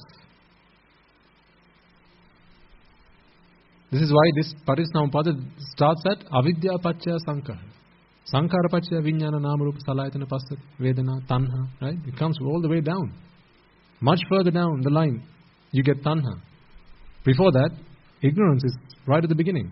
So fix ignorance. One might say, I don't want to tackle ignorance. I just want to tackle attachment. What is the cause of attachment? Yes, because if you look all the way back, the start of the line is at ignorance. So you can't not deal with ignorance. You have to deal with ignorance. If you want a tree, if you want to kill a tree, You have to uproot it from the roots. That's what uprooting is. You have to pull it out at the roots. If you cut off some branches, those branches are just going to grow back again. But to kill the tree once and for all, you have to pull it at the roots. Remove it at the roots, that tree is never going to grow back again. So this is why you have to treat it at ignorance. Treat ignorance and the rest will look after itself. So what is ignorance again? Beautiful flower. Where's ignorance? You sure? Yes. Is it? The composition of ignorance or the composition of flower or the composition of beautiful? Which one is ignorance? They are both ignorance. Aren't they both ignorance? You don't know the composition of a flower. Isn't that ignorance? Who can you go to get help for this? Okay. You can go to a scientist who might do some chemical analysis and he'll come back and say this has got so much carbon, so many hydrogen atoms, so many oxygen atoms, so many sulfur, and so on and so forth. So that's one type of ignorance. But removing that ignorance is not going to get us to Nibbana. Remember, what we are attached to is the flower, but why we are attached to is what we need to fix. Because it's beautiful. That's the why. Fix the why, the what will look after itself. This is why I say, the times in your life where you need to be mindful and do something about how you're feeling is not when you're feeling sad, not when you're feeling disappointed, not when you're feeling stressed. Because, this is what doctors are there to treat. Stress, anxiety, frustration. Right? You go to a psychiatrist, they'll help you with all these problems. But what does the Buddha help you fix? Pleasure. When was the last time you went to a psychiatrist and said, I'm seeing this girl, she's so beautiful, help me?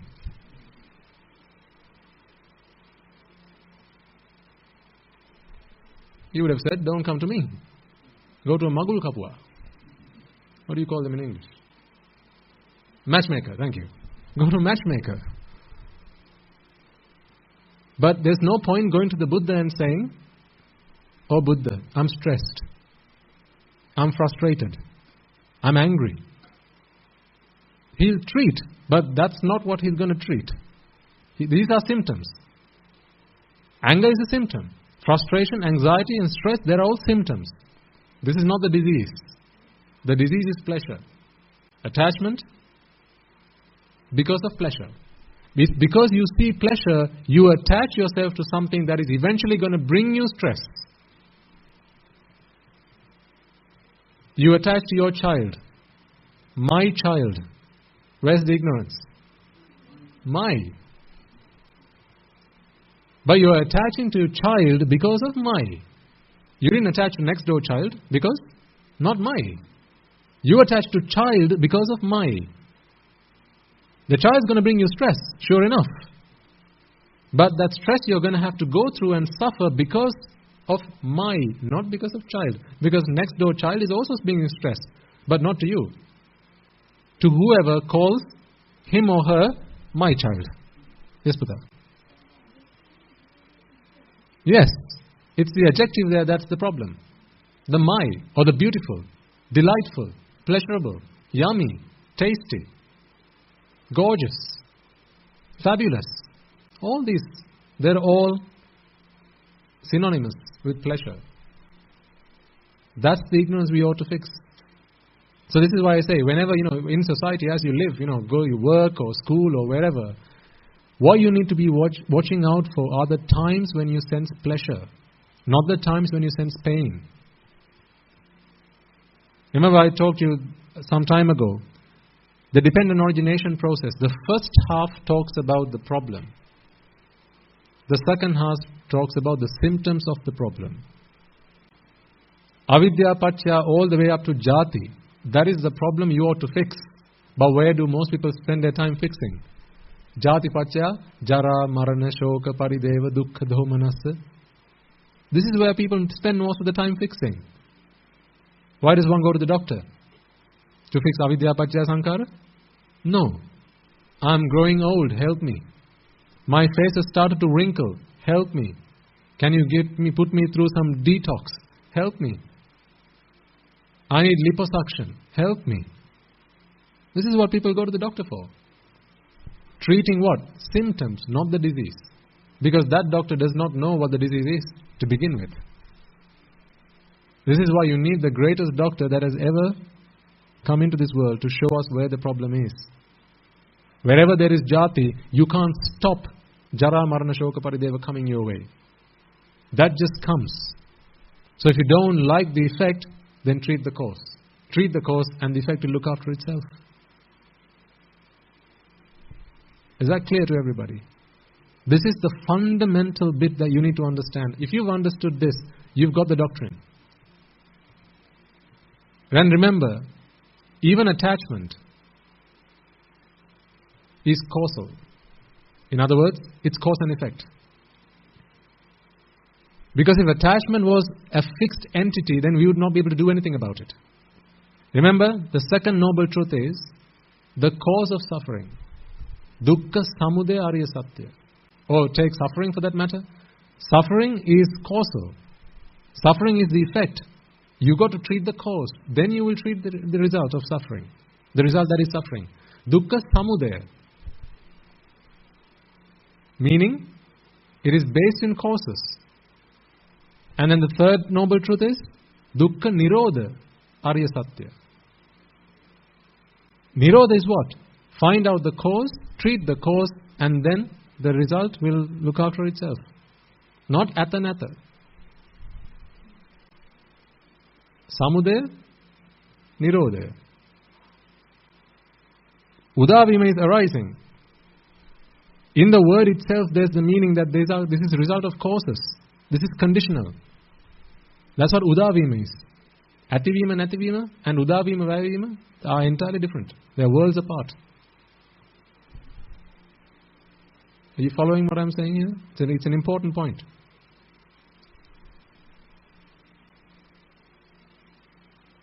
Samudaya and nirodha. The cause for suffering, the Buddha talks about. The cause.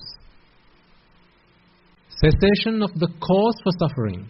Not cessation of suffering. That is what everybody tries to do. Cessation of suffering. If you take a paracetamol, that is cessation of suffering. But cessation of the cause for suffering can only be found in the Buddha's doctrine. You've got to find the cause. What is the root cause for this suffering? Then treat it. Once you treat the cause, then that effect is never going to come back again. Because now you're uprooting it. Does that make sense?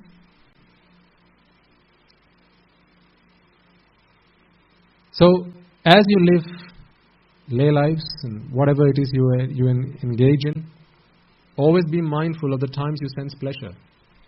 These are your traps. These are the things that are going to ensnare you into samsara. It's not suffering. No one here likes suffering. Do you like suffering? No. But don't you like pleasure? Yes. That's what got you into trouble. Liking pleasure. That's the why, because of which you attach to the what? Rupa, Shabda, Gandha, Rasa, Sparsha and Rupa, Vedana, Sanya, Sankara, Vijnana. This is the what. The why is pleasure. If you don't fix the composition of pleasure, if you don't contemplate the composition of pleasure, what is pleasure? How does pleasure come into this world? How is it that we sense pleasure? This is why often we talk about how does one sense pleasure? It is relief from vexation. Once you realize that, then you realize that pleasure is not something that is worth experiencing. It's not worth having. Would you like to feel pleasure if that pleasure is brought to you by hitting you with a stick and then patting you there? That kind of pleasure, would you like that? You have to be hit first. Then you have to be patted. Patting without the hitting? That's not pleasurable. That's why we said, no pain, no gain. For there to be gain, there has to be pain beforehand. You like the gain, yes, but you don't realize that there's the pain beforehand. Without the pain, there's not going to be a gain. People in worldly language, the people use it in a completely different sense. But the Buddha said the same thing. No pain, no gain. What he meant by that is, for you to experience ashvada, for you to experience pleasure, there has to be pelim or vexation beforehand. It's relief from vexation that brings you pleasure, and nothing else. So contemplate on that. So if you're mindful, if you're at battle, this is the war that we're all doing. And I'm doing it 24 hours a day. How much time do you have to put to battle? Because this is the battle that we're all going to have to either win or lose. Throughout samsara, we've always lost this battle. If you realize, with every chitta that arises, you're only ending with suffering. Once you begin to realize this, I don't think there's anything else that can take priority in your life than trying to fix that problem.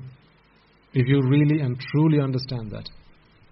The reason, and you should forgive me for saying this, the reason that there are other things that take priority in your life right now is because you have not yet fully understood the true nature of suffering. You have not yet fully understood it. Once you have truly understood how much you have embraced suffering, life in the apaya is better than this. Life in the four great hells is better than this. Because there, it's physical pain. Here, no matter what you're doing, doesn't matter how much money you have. Remember we talked about the mother losing her child? When the child is still holding on to her hand, she's going, where's my child? So if you're not a regular listener, you'll be going, what is he talking about? So go back and listen to previous sermons. The mother's holding on to the child's hand, but that mind, the thought that arose, that chitta has passed away. Now the mother can't sense that the child is holding on to her hand. So the mother's going, where's my child? This is happening at 1 billion times a second. It's going through life and death at 1 billion times a second. Life in the hells is not that bad.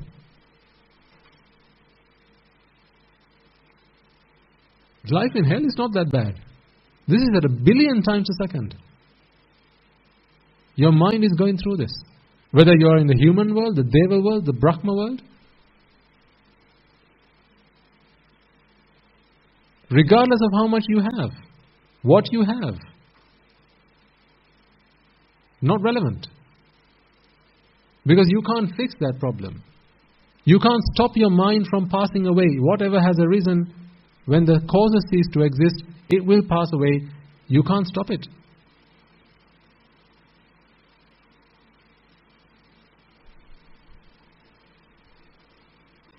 You can't stop it. So if you can't stop it, then there's only one thing you can stop, and that is attachment. Attachment is caused by ignorance.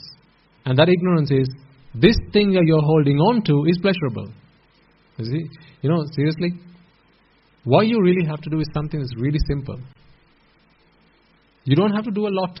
It's very simple. Did you not think that attaining Nibbana was a really hard thing to do? Before you started listening to the sermons?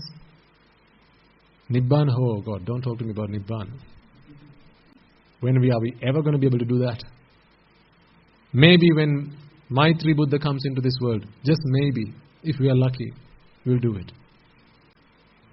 But attaining Nibbana is not so difficult. What you need to understand to attain Nibbana is not so difficult. It's not difficult, but it's very subtle. It's very subtle. It's like what I usually say, threading a needle. It's very, you look somebody trying to thread a needle, and if they're failing, what do you generally do? What are you going to say? Give it here, will you? Can't you even do that? Come on, give it to me. I'll do it to you. I'll do it for you. And then you try it. And then you realize, although it looks so easy, it's very subtle. You have to have a lot of patience. And you have to have a good view, good eyesight as well. You have to see, you have to know what you're doing. You have to be very careful and very patient. Attaining Nibbana is like that. It's like threading a needle. It's not difficult, but it's very subtle. You can go off-road very easily. There are lots of doctrines which look like Nibbana, but it's not Nibbana. Like fake gold. When there's fake gold, you have to be very careful. For as long as there's no fake gold, then any gold you buy is going to be the genuine stuff. But when there's fake gold, now you have to be very careful. There are lots of teachings out there that are like Nibbana, but not Nibbana.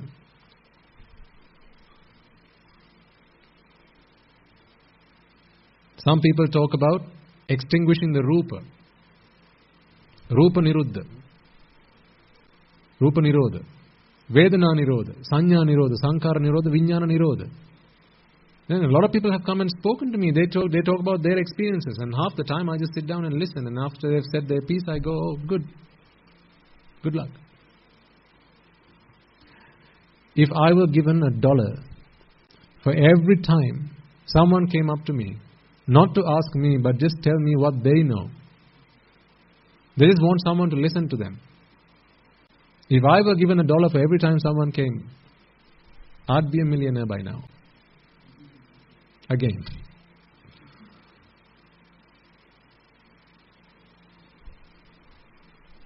They've gone down a wrong path. And when you've gone a long way down the wrong rabbit hole, it's very difficult to pull them back. Because of, what did we talk about last week? Ego. Because of ego. People seldom like to listen. People like to talk.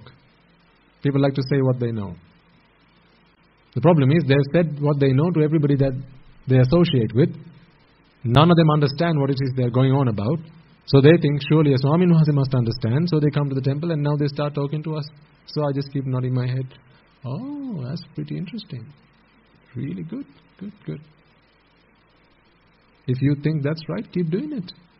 What else am I supposed to say? I used to try to put them on the right track, but they wouldn't listen. Oftentimes they would go upset.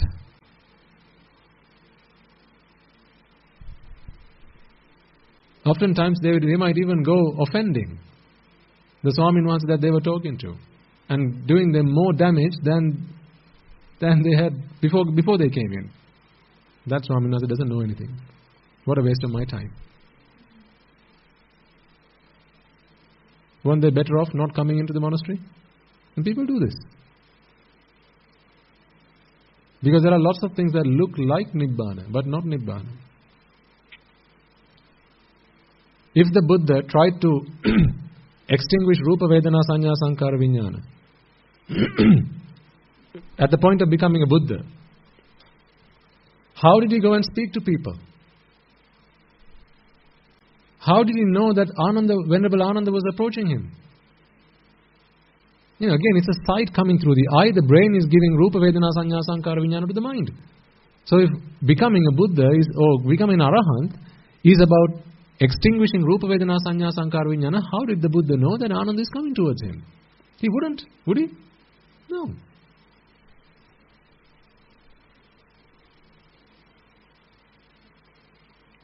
There's only one way to attain Nibbana. That's the Buddha's way. Don't try to discover other paths. Because had there been other paths, he would have taught us that. When the Buddha says there's only one cause for suffering, don't try to go looking for another one. Excuse me. There is only one cause for suffering. Not two. Only one. Not half. There's only one. And that is attachment. Is it not so clear to you by now that attachment is the cause of all suffering? Every example we come through, every time we talk about your life experiences, is there ever a time where you have suffered where there is no attachment playing part in that? Whether it's stress or anger or resentment or frustration or whatever, it's always attachment. Why do people get angry? You're attached to something. It doesn't work out the way you want. Now you're angry. So how do you treat anger? Can you treat anger? Yes, count to 10, right? Isn't that how they teach you? Count to 10, and that's how you treat anger? Count to 10. You can't treat anger. You can treat attachment. When you're not attached to something, then it doesn't matter which way it turns out. If you like your tea hot, now you're attached to hot cup of tea. Then when your tea goes cold, now you feel angry. The reason that you're feeling angry now is not because your tea is gone cold. It's because you're attached to a hot cup of tea. Treat that. Treat what you're attached to. If you're not attached to a hot cup of tea, now do you care how your tea comes? No. Test yourself in day-to-day. I think the other day someone asked me, give us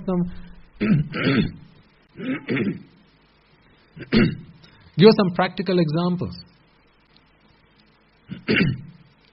Let's say at home, okay?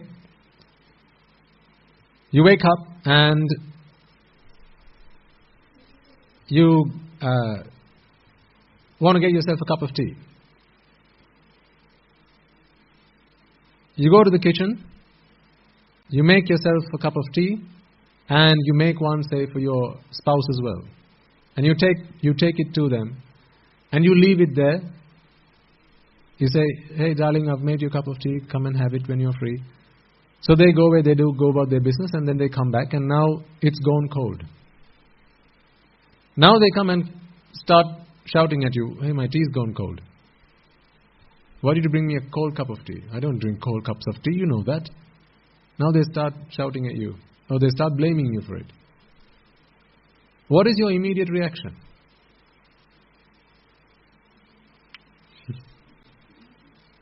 Is it not justification? Your immediate reaction is going to be, well, whose fault is it that it's gone cold? I brought you a hot cup of tea. You left it there, and now it's gone cold. Don't come blaming me. This is what you're going to say.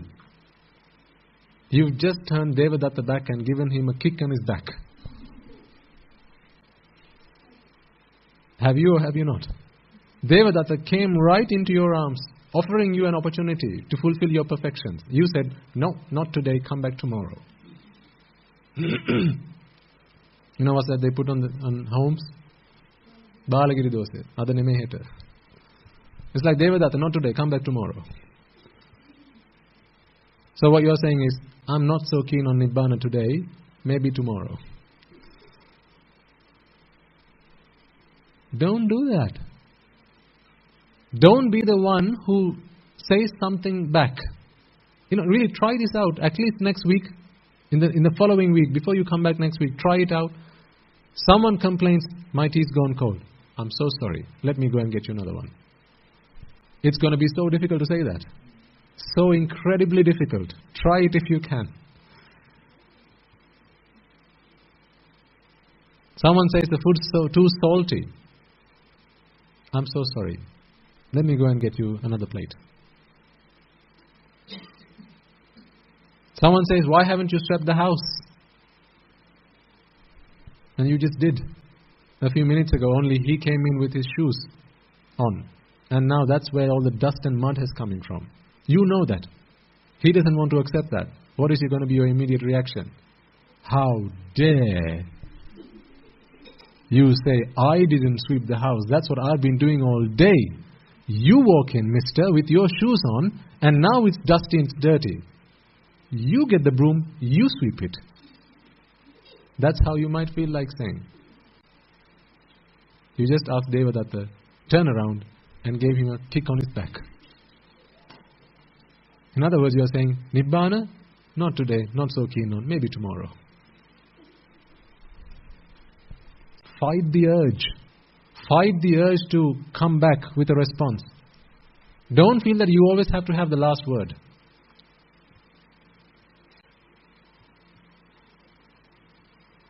You'll feel that. I want to have the last word. I have to have the last word. I must say the last word. Not you.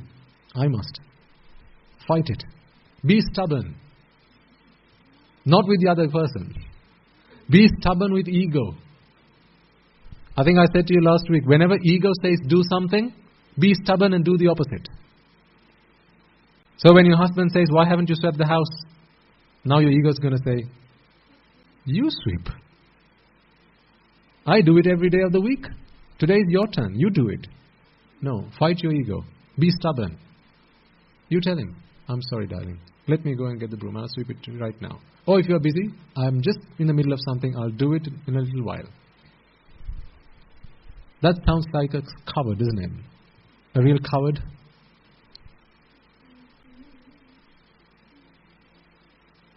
It's not like you to do something like that, is it? To behave like a coward. Does not tally with your status, does it? A well-educated person like me, it's not right that I should be saying like that, bending over backwards for other people. You live in my house. My parents gave me this house. You came here and now you're living in my house and you have the guts to ask me to sweep the house when I've already swept it. These are some of the feelings that will come from inside. Fight them. If you are serious about Nibbana, fight it. This is Mara. You have nowhere to go looking for Mara. That is Mara. Mara is not in Paranimita Vasavartiya. There's Mara there, right there with you. Right when you're feeling that anger, that resentment, I just did it. Fight it. If you win that battle this time round, you're going to feel so happy you did it. It's going to be difficult, but you're going to feel so happy you did it. Yes.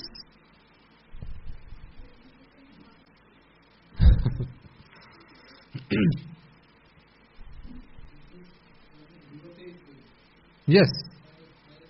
Yes. Be the carpet on which people come and wipe their feet. If you're serious about Nibbana. If not, that's okay.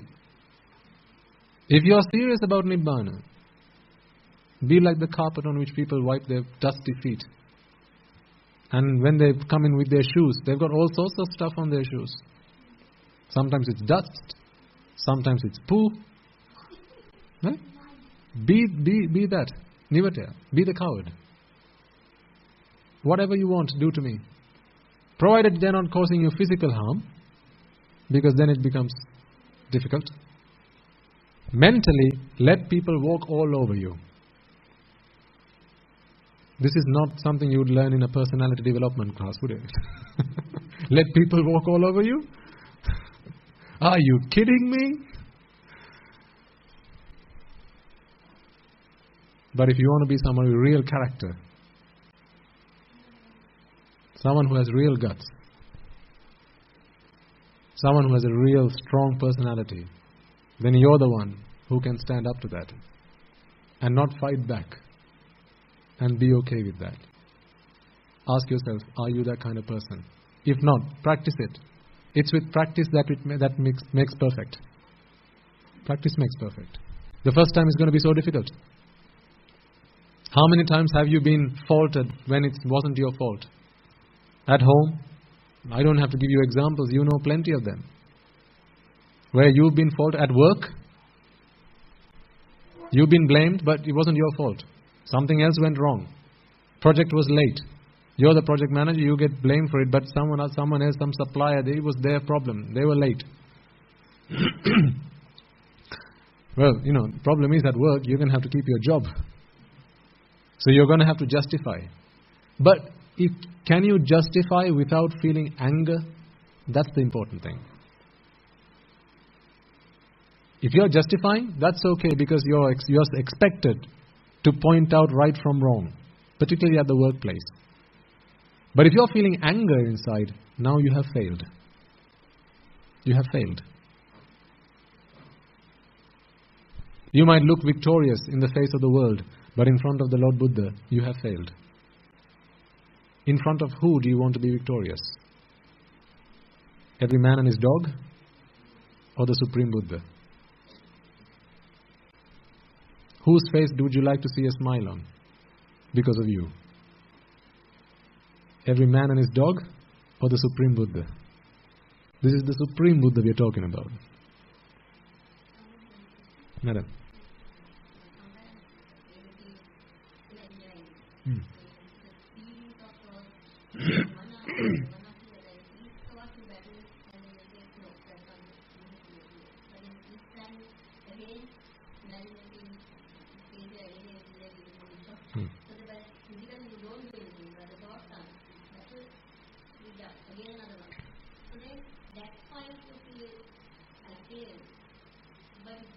Yes. It's like, how did you learn to ride a bicycle? None of us got on the bike and started riding it first time we got on it, right? It was the first time we got on a bike. We all fell.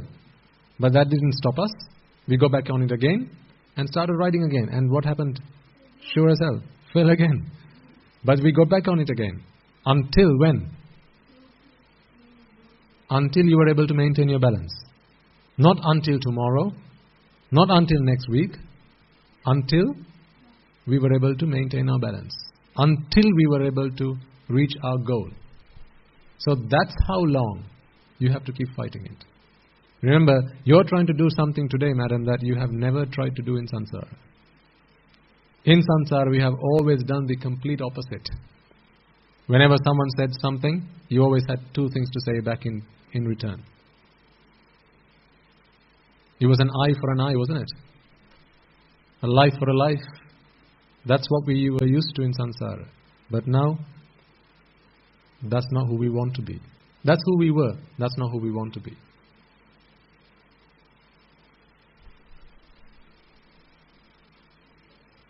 So you're going to feel anger. Yes.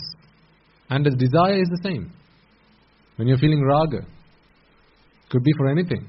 Whether it's rupa raga, sabda raga, gandha raga, rasa raga, sparsha raga.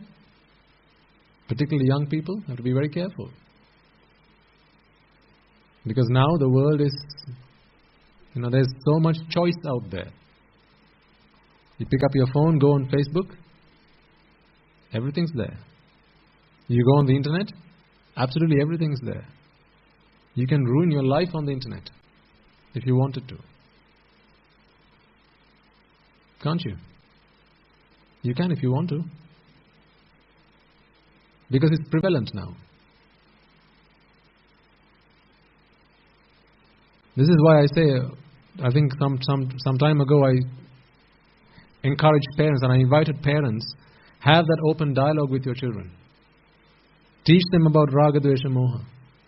And talk to them and tell them, Puta, if ever you see somebody, a boy or a girl, doesn't matter. You don't know these days. People's minds, how they bend. What sort of attractions they have these days. If you ever see somebody and you feel desire, you feel the want to go and indulge in whatever activity with them, feel free to come and talk that over with me first. With Ati or with Ammi. Let's have a chat first. Let's be open about it. Because if you take the stick, if you start to give them the cane treatment, the moment they come and talk to you about it, they're not going to come back a second time. Then they're going to go looking for a friend to share their experience with. And chances are, their friend is going to be worse than them. Then you will have failed as a parent. So as a parent, keep those dialogues open with your children. Because now, back in the days of my parents and their parents, they didn't have to talk about these things a lot. Because sex and drugs wasn't that much of a problem. But now it is. It's a huge problem. And you know it because you have children. You know it because you are key players in society.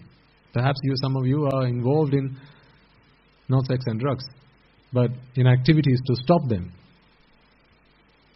and save our youth from such issues.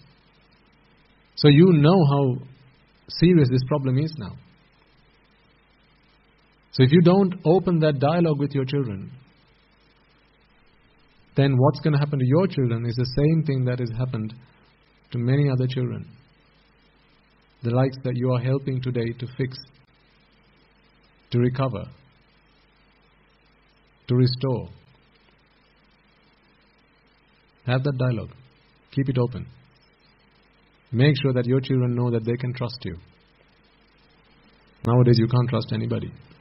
Can they? Can't trust anybody now. Why? Because this is the world of consumers and suppliers. Everyone's just after something else from somebody else, not caring what it's going to do to them. For as long as I get what I want, to hell with you. That's how people think. To hell with you as long as I get what I want from you.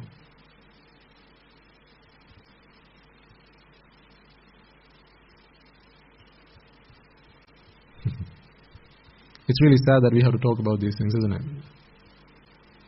In a Sugati world, in a human world, where we've come to attain Nibbana, a chance we've all had to come and attain Nibbana, we are today having to talk about stopping children from being abused by sex and drugs. I wouldn't mind if I was talking to a bunch of dogs. That would be okay. But no, I'm talking to humans. And we are having to talk about sex and drugs. What a pity. What a shame. Not that you're engaged in any of that. I know that you're not because of the Dhamma. But I'm saying your children are still young. They're going into a world which is so dangerous. Extremely dangerous. So have those conversations, particularly those people listening online. So keep them with the Dhamma for as much as you possibly can. Bring them along to sermons. Of course, remind them how you have to behave during a sermon, because otherwise it can be distracting, not just to them but others as well, and that could do them more harm than good. But bring them along. Give them the opportunity to receive what it is you're receiving. What changed your life is only what's going to change their life. Nothing else. The Buddha can't save you. The Sangha can't save you. It's the Dhamma that's going to save you. All the Buddha and the Sangha are doing are bringing the Dhamma into your lives. That's all. This is like a sandwich. 2 slices of bread. In the middle is the yummy stuff. The cheese and bacon and tomato, that's in the middle. On the either side is the slices of bread. Well, to eat the cheese, lettuce and tomato and bacon, you need the 2 slices of sandwich, the 2 slices of bread. That's what the Buddha and the Sangha are. But what you need is the Dhamma. Okay. So on that note, we will conclude the sermon then. English? Sinhala today? English.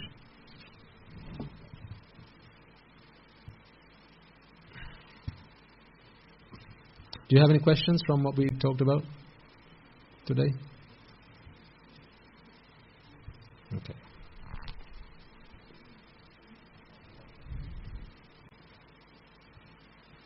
So what's the homework for this week?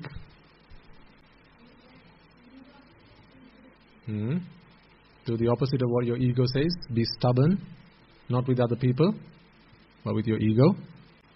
Whenever someone complains, whenever someone blames you, don't be the one who talks back. Children, you shouldn't do that anyway with your parents. Full stop. But even in your families, right? Husbands, wives, don't talk back. At least try it out for a week. See what happens. You'll be impressed by what you can do at the end of that week. If you try it out, you will be so impressed, I guarantee. At the end of that week, you will feel like you're on top of the world. Kanti paramang tapo titikka. The Buddha said. Kanti is ivasima, patience. Practice patience.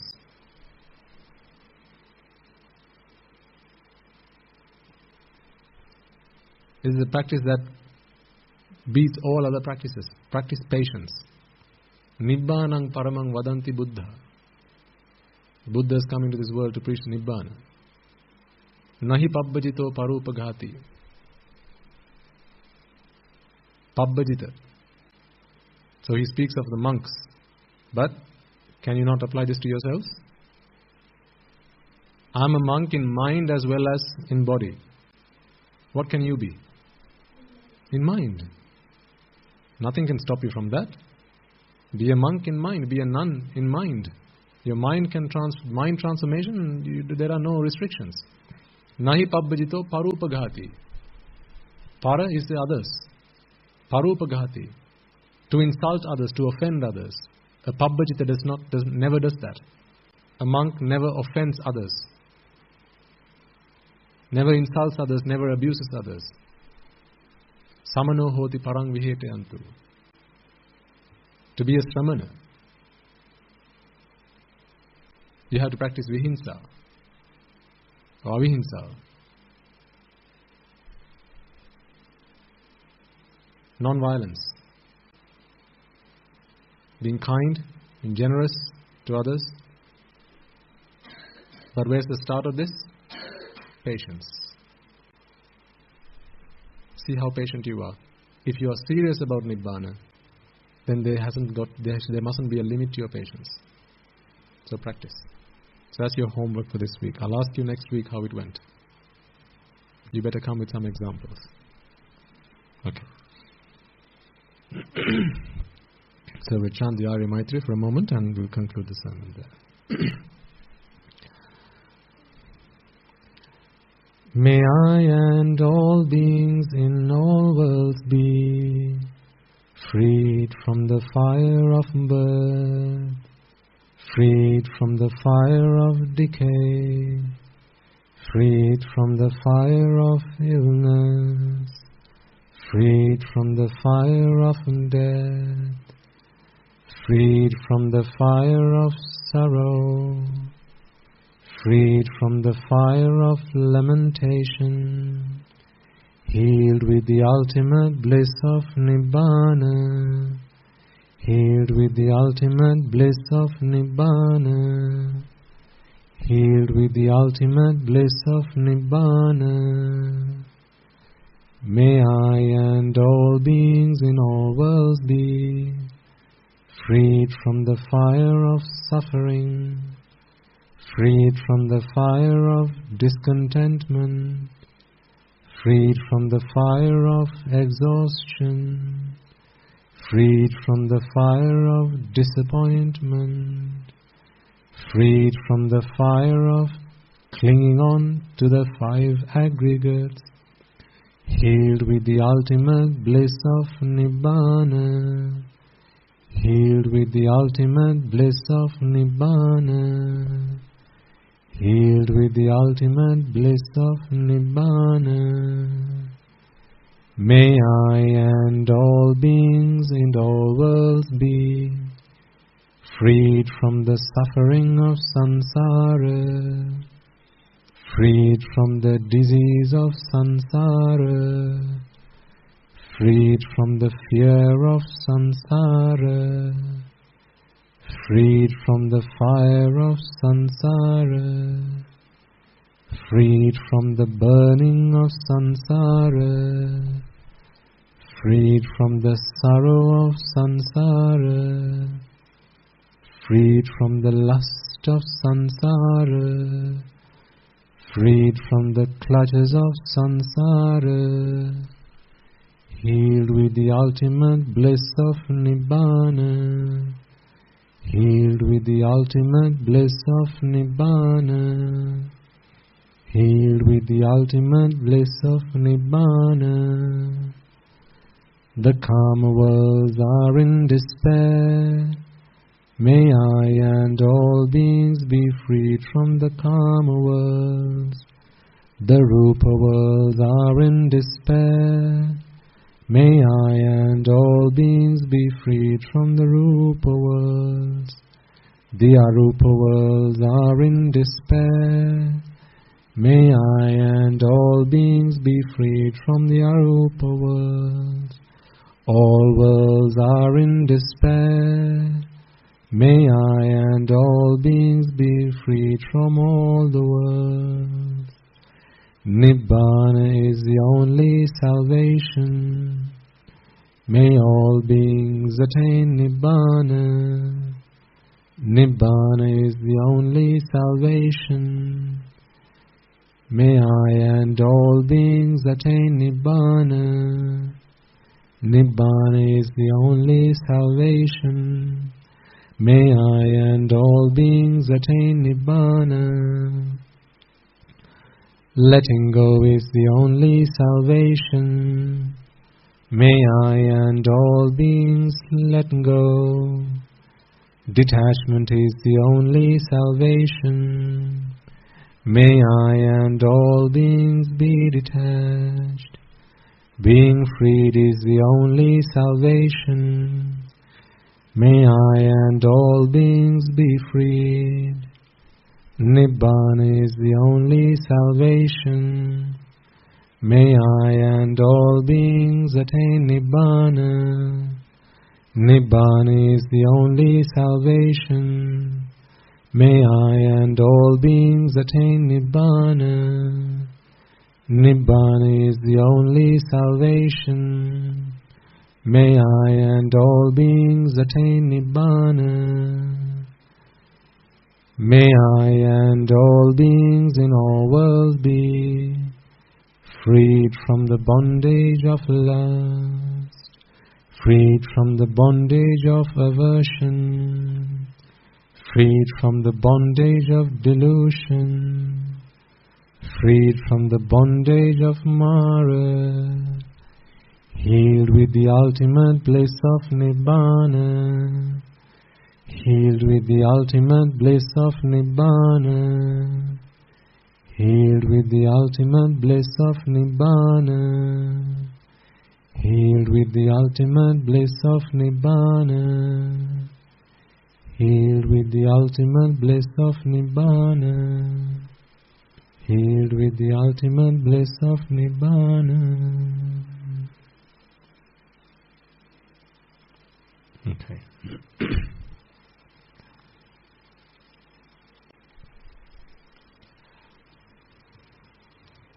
We have started some meditation programs at the monastery, excuse me, which is open to, I wouldn't say the general public, because I don't think the general public can bear 8 hours of meditation. But for you who've been listening to sermons for a period of time, I would say at least 6 months, you can come along and join those meditation programs. We've already done one, and today is the start of another program that will continue for a week. So it's Monday to Friday, which concludes with Guru Swamin Wahanse's Deshana or sermon on Saturday. And it starts on a Sunday evening, so that the inauguration sermon will commence in a little while, and there may be some of you who will be joining us as well. So throughout the course of that week, every evening there will be a sermon delivered by one of our monks who has a good understanding of the Dhamma.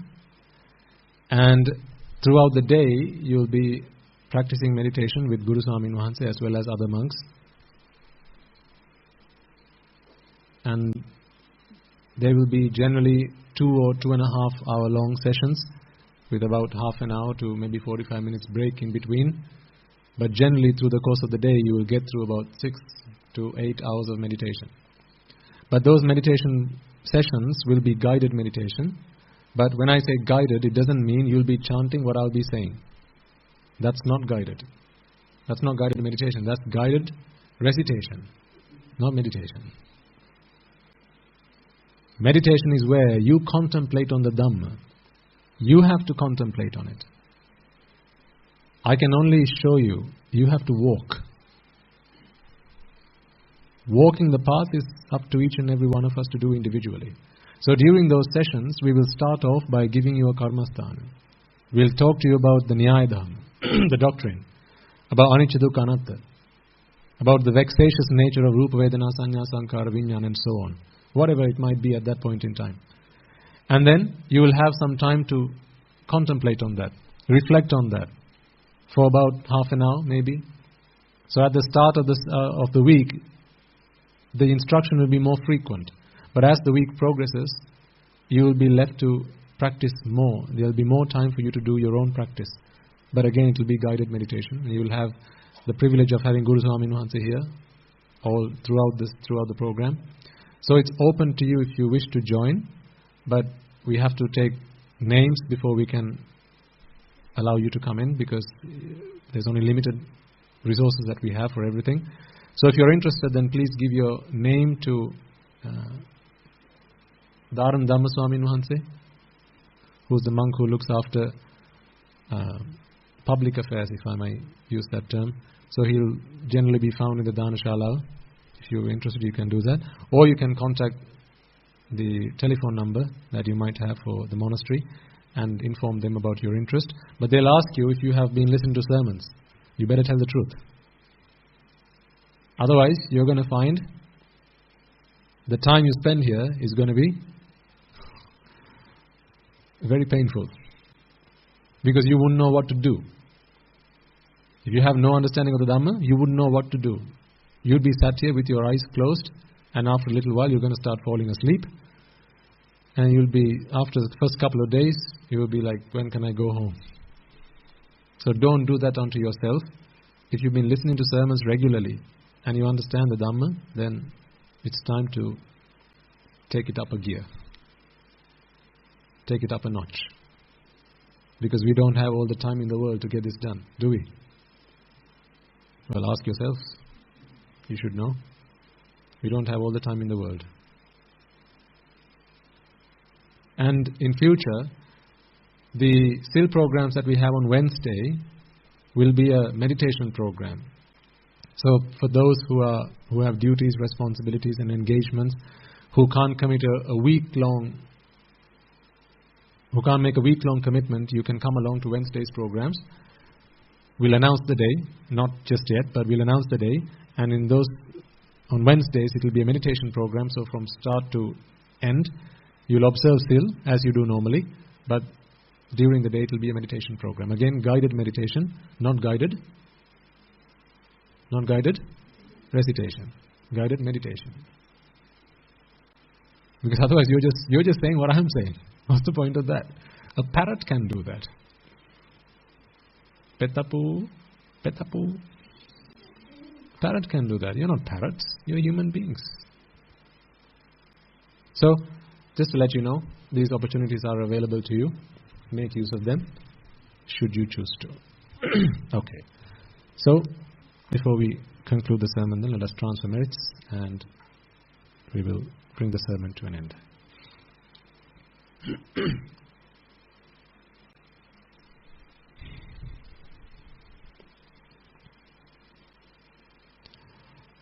First and foremost, as we did at the beginning, let us take a moment to reflect on the fact that it is because of the supremely enlightened Buddha, the perfect one, the infinitely compassionate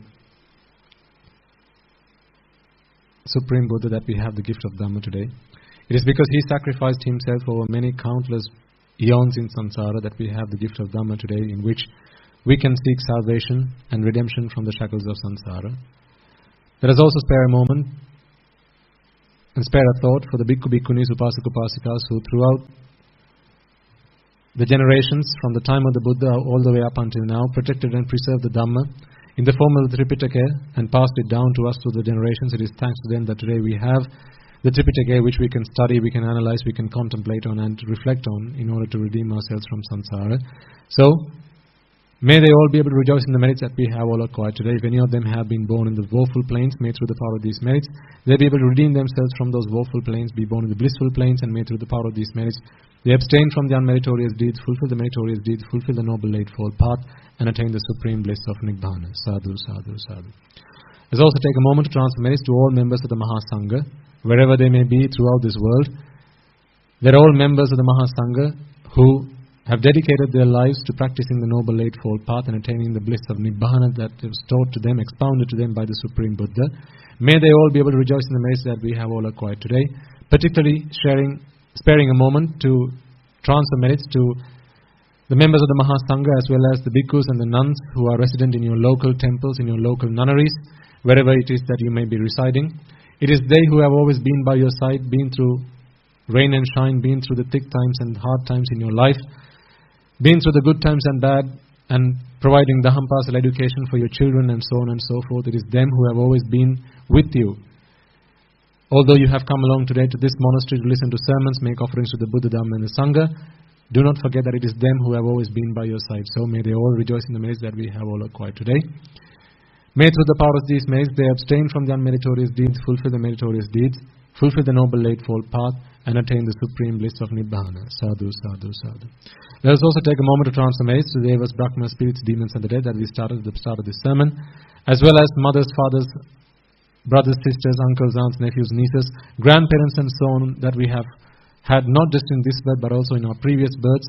All those countless beings in countless births in samsara who have been to our help, support and assistance, who have always been by our side, helping us, supporting us, shaping our lives for better. May they all be able to rejoice in the merits that we have all acquired today. If any of them have been born in the woeful planes, may through the power of these merits they be able to redeem themselves from those woeful planes, be born in the blissful planes. May through the power of these merits they abstain from the unmeritorious deeds, fulfill the meritorious deeds, fulfill the noble eightfold path and attain the supreme bliss of Nibbana. Sadhu, sadhu, sadhu. Let us also take a moment to transfer merits to all those who have made this event possible, perhaps by inviting you to be here, perhaps by offering you transport, or perhaps by ushering you to a seat, or maybe by offering you a glass of water, whatever, whoever might have done to help make your stay here comfortable and pleasurable, and making your listening experience comfortable in any way, shape or form. May they all be able to rejoice in the merits that we have all acquired today, as well as those monks and anagarikas who have spent a lot of energy and time in decorating this stage as an offering to the Dhamma, as well as making your stay here as comfortable as they possibly can, as well as taking the time to stream these sermons online and make them available to our online listeners wherever in the world they may be. It is thanks to them as well as their effort and the technology that is available to us, as well as those benefactors who have made generous donations to make such comforts, make such resources available so that listeners all over the world are able to listen to these sermons and be able to attain Nibbana, be able to do so. So may they all be able to rejoice in the merits that we have all acquired today. May through the power of these merits they be abstained from the unmeritorious deeds, fulfill the meritorious deeds, fulfill the noble eightfold path and attain the supreme bliss of Nibbana. Sadhu, sadhu, sadhu. Also let us take a moment to transfer merits to the members of the armed forces as well as the police force who fought a long and bloody war in Sri Lanka. They sacrificed their lives to protect and preserving our motherland. It is thanks to them that today we can live in peace and harmony. We are able to have the time as well as the peace of mind to practice the Dhamma. It is thanks to them that we are able to do so. May they all be able to rejoice in the merits that we have all acquired today, as well as those men and women who might have lost their lives during the war, be friend or foe. May they all be able to rejoice in the merits that we have all acquired today. Also take a moment to transfer merits to those men and women who might have lost their lives in natural calamities and disasters such as the tsunamis, not just in Sri Lanka but also in other countries. They may be friend or foe or perhaps acquaintances, but perhaps the majority of them are not acquaintances of yours. But do not forget for a moment that there is not a single being in samsara who has not been a mother or a father to you in this infinitely long journey in samsara. So every man, every woman, every child who might have lost their lives, who might have been destitute as a result of such calamities, have been a mother, been a father to you in this infinitely long journey in samsara. So may they all be able to rejoice in the merits that we have all acquired today. Let us pass on those merits as a payback for all that they have done for us throughout this infinitely long journey in samsara. This is our opportunity to pay back those debts that we owe them. May through the power of these merits, if any of them have been born in the woeful planes, they be able to redeem themselves from those woeful planes and be born in the blissful planes. May through the power of these merits they abstain from the unmeritorious deeds, fulfill the meritorious deeds, fulfill the noble eightfold path and attain the supreme bliss of Nibbana. Sadhu, sadhu, sadhu. Let us also take a moment to transfer merits to all those men and women who have dedicated their lives to leading this country, protecting this country, developing this country. It is thanks to them that today you and I have the freedom of time and peace of mind to practice the path, practice the Dhamma and redeem ourselves from samsara. If not for them, you and I will today have to be leading this country. You and I today will have to be developing this country and protecting and preserving this country. It is thanks to them that we have the freedom of time and peace of mind to do this. Therefore, may they all be able to rejoice in the merits that we have all acquired today. May, through the power of these merits, they abstain from the unmeritorious deeds, fulfill the meritorious deeds, fulfill the Noble Eightfold Path, and attain the supreme bliss of Nibbana. Sadhu, sadhu, sadhu. And finally, may through the power of all the merits that we have all acquired today in preaching the Dhamma, in listening to the Dhamma, in making this event possible and in contributing to this, to the success of this event in any way, shape or form, whatever capacity you might have had, as well as making offerings to the Buddha, Dhamma and the Sangha, preparations that you might have done in preparation, in readiness for today, all those chittas, every single one of them, all that merit that we have all acquired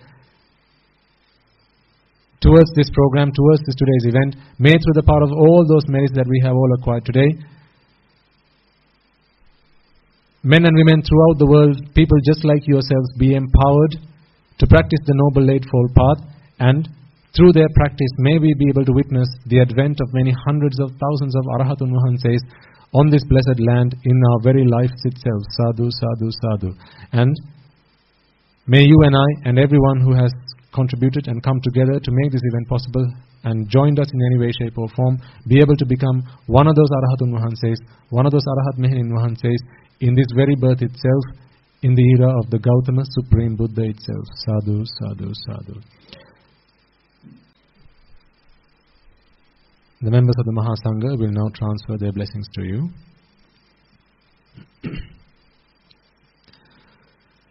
Raga ginning nidetva, dvesha ginning nidetva, moha ginning nidetva, Nibbana parama sukhayen sukhita taravetva. Nibbana parama sukhayen sukhita taravetva. Mamada siyalu loka siyalu satvayo. Nibbana parama sukhayen sukhita taravetva. Nibbana parama sukhayen sukhita taravetva. Nibbana parama sukhayen sukhita taravetva. තුනුරුවන්ගේ සුවිසි අනන්ත මහා ගුණ බෙලෙන් සියලු ලෝක සියලු සත්වයෝම නිබ්බාන පරම සුඛයෙන් සුඛිතතර වෙත්වා. Sadhu, sadhu, sadhu. May I and all beings in all worlds be freed from the fires of desire. May I and all beings in all worlds be freed from the fires of aversion. May I and all beings in all worlds be freed from the fires of delusion. May I and all beings in all worlds attain the supreme bliss of Nibbana. May the Noble Triple Gem be with you all forever. Sadhu, sadhu, sadhu.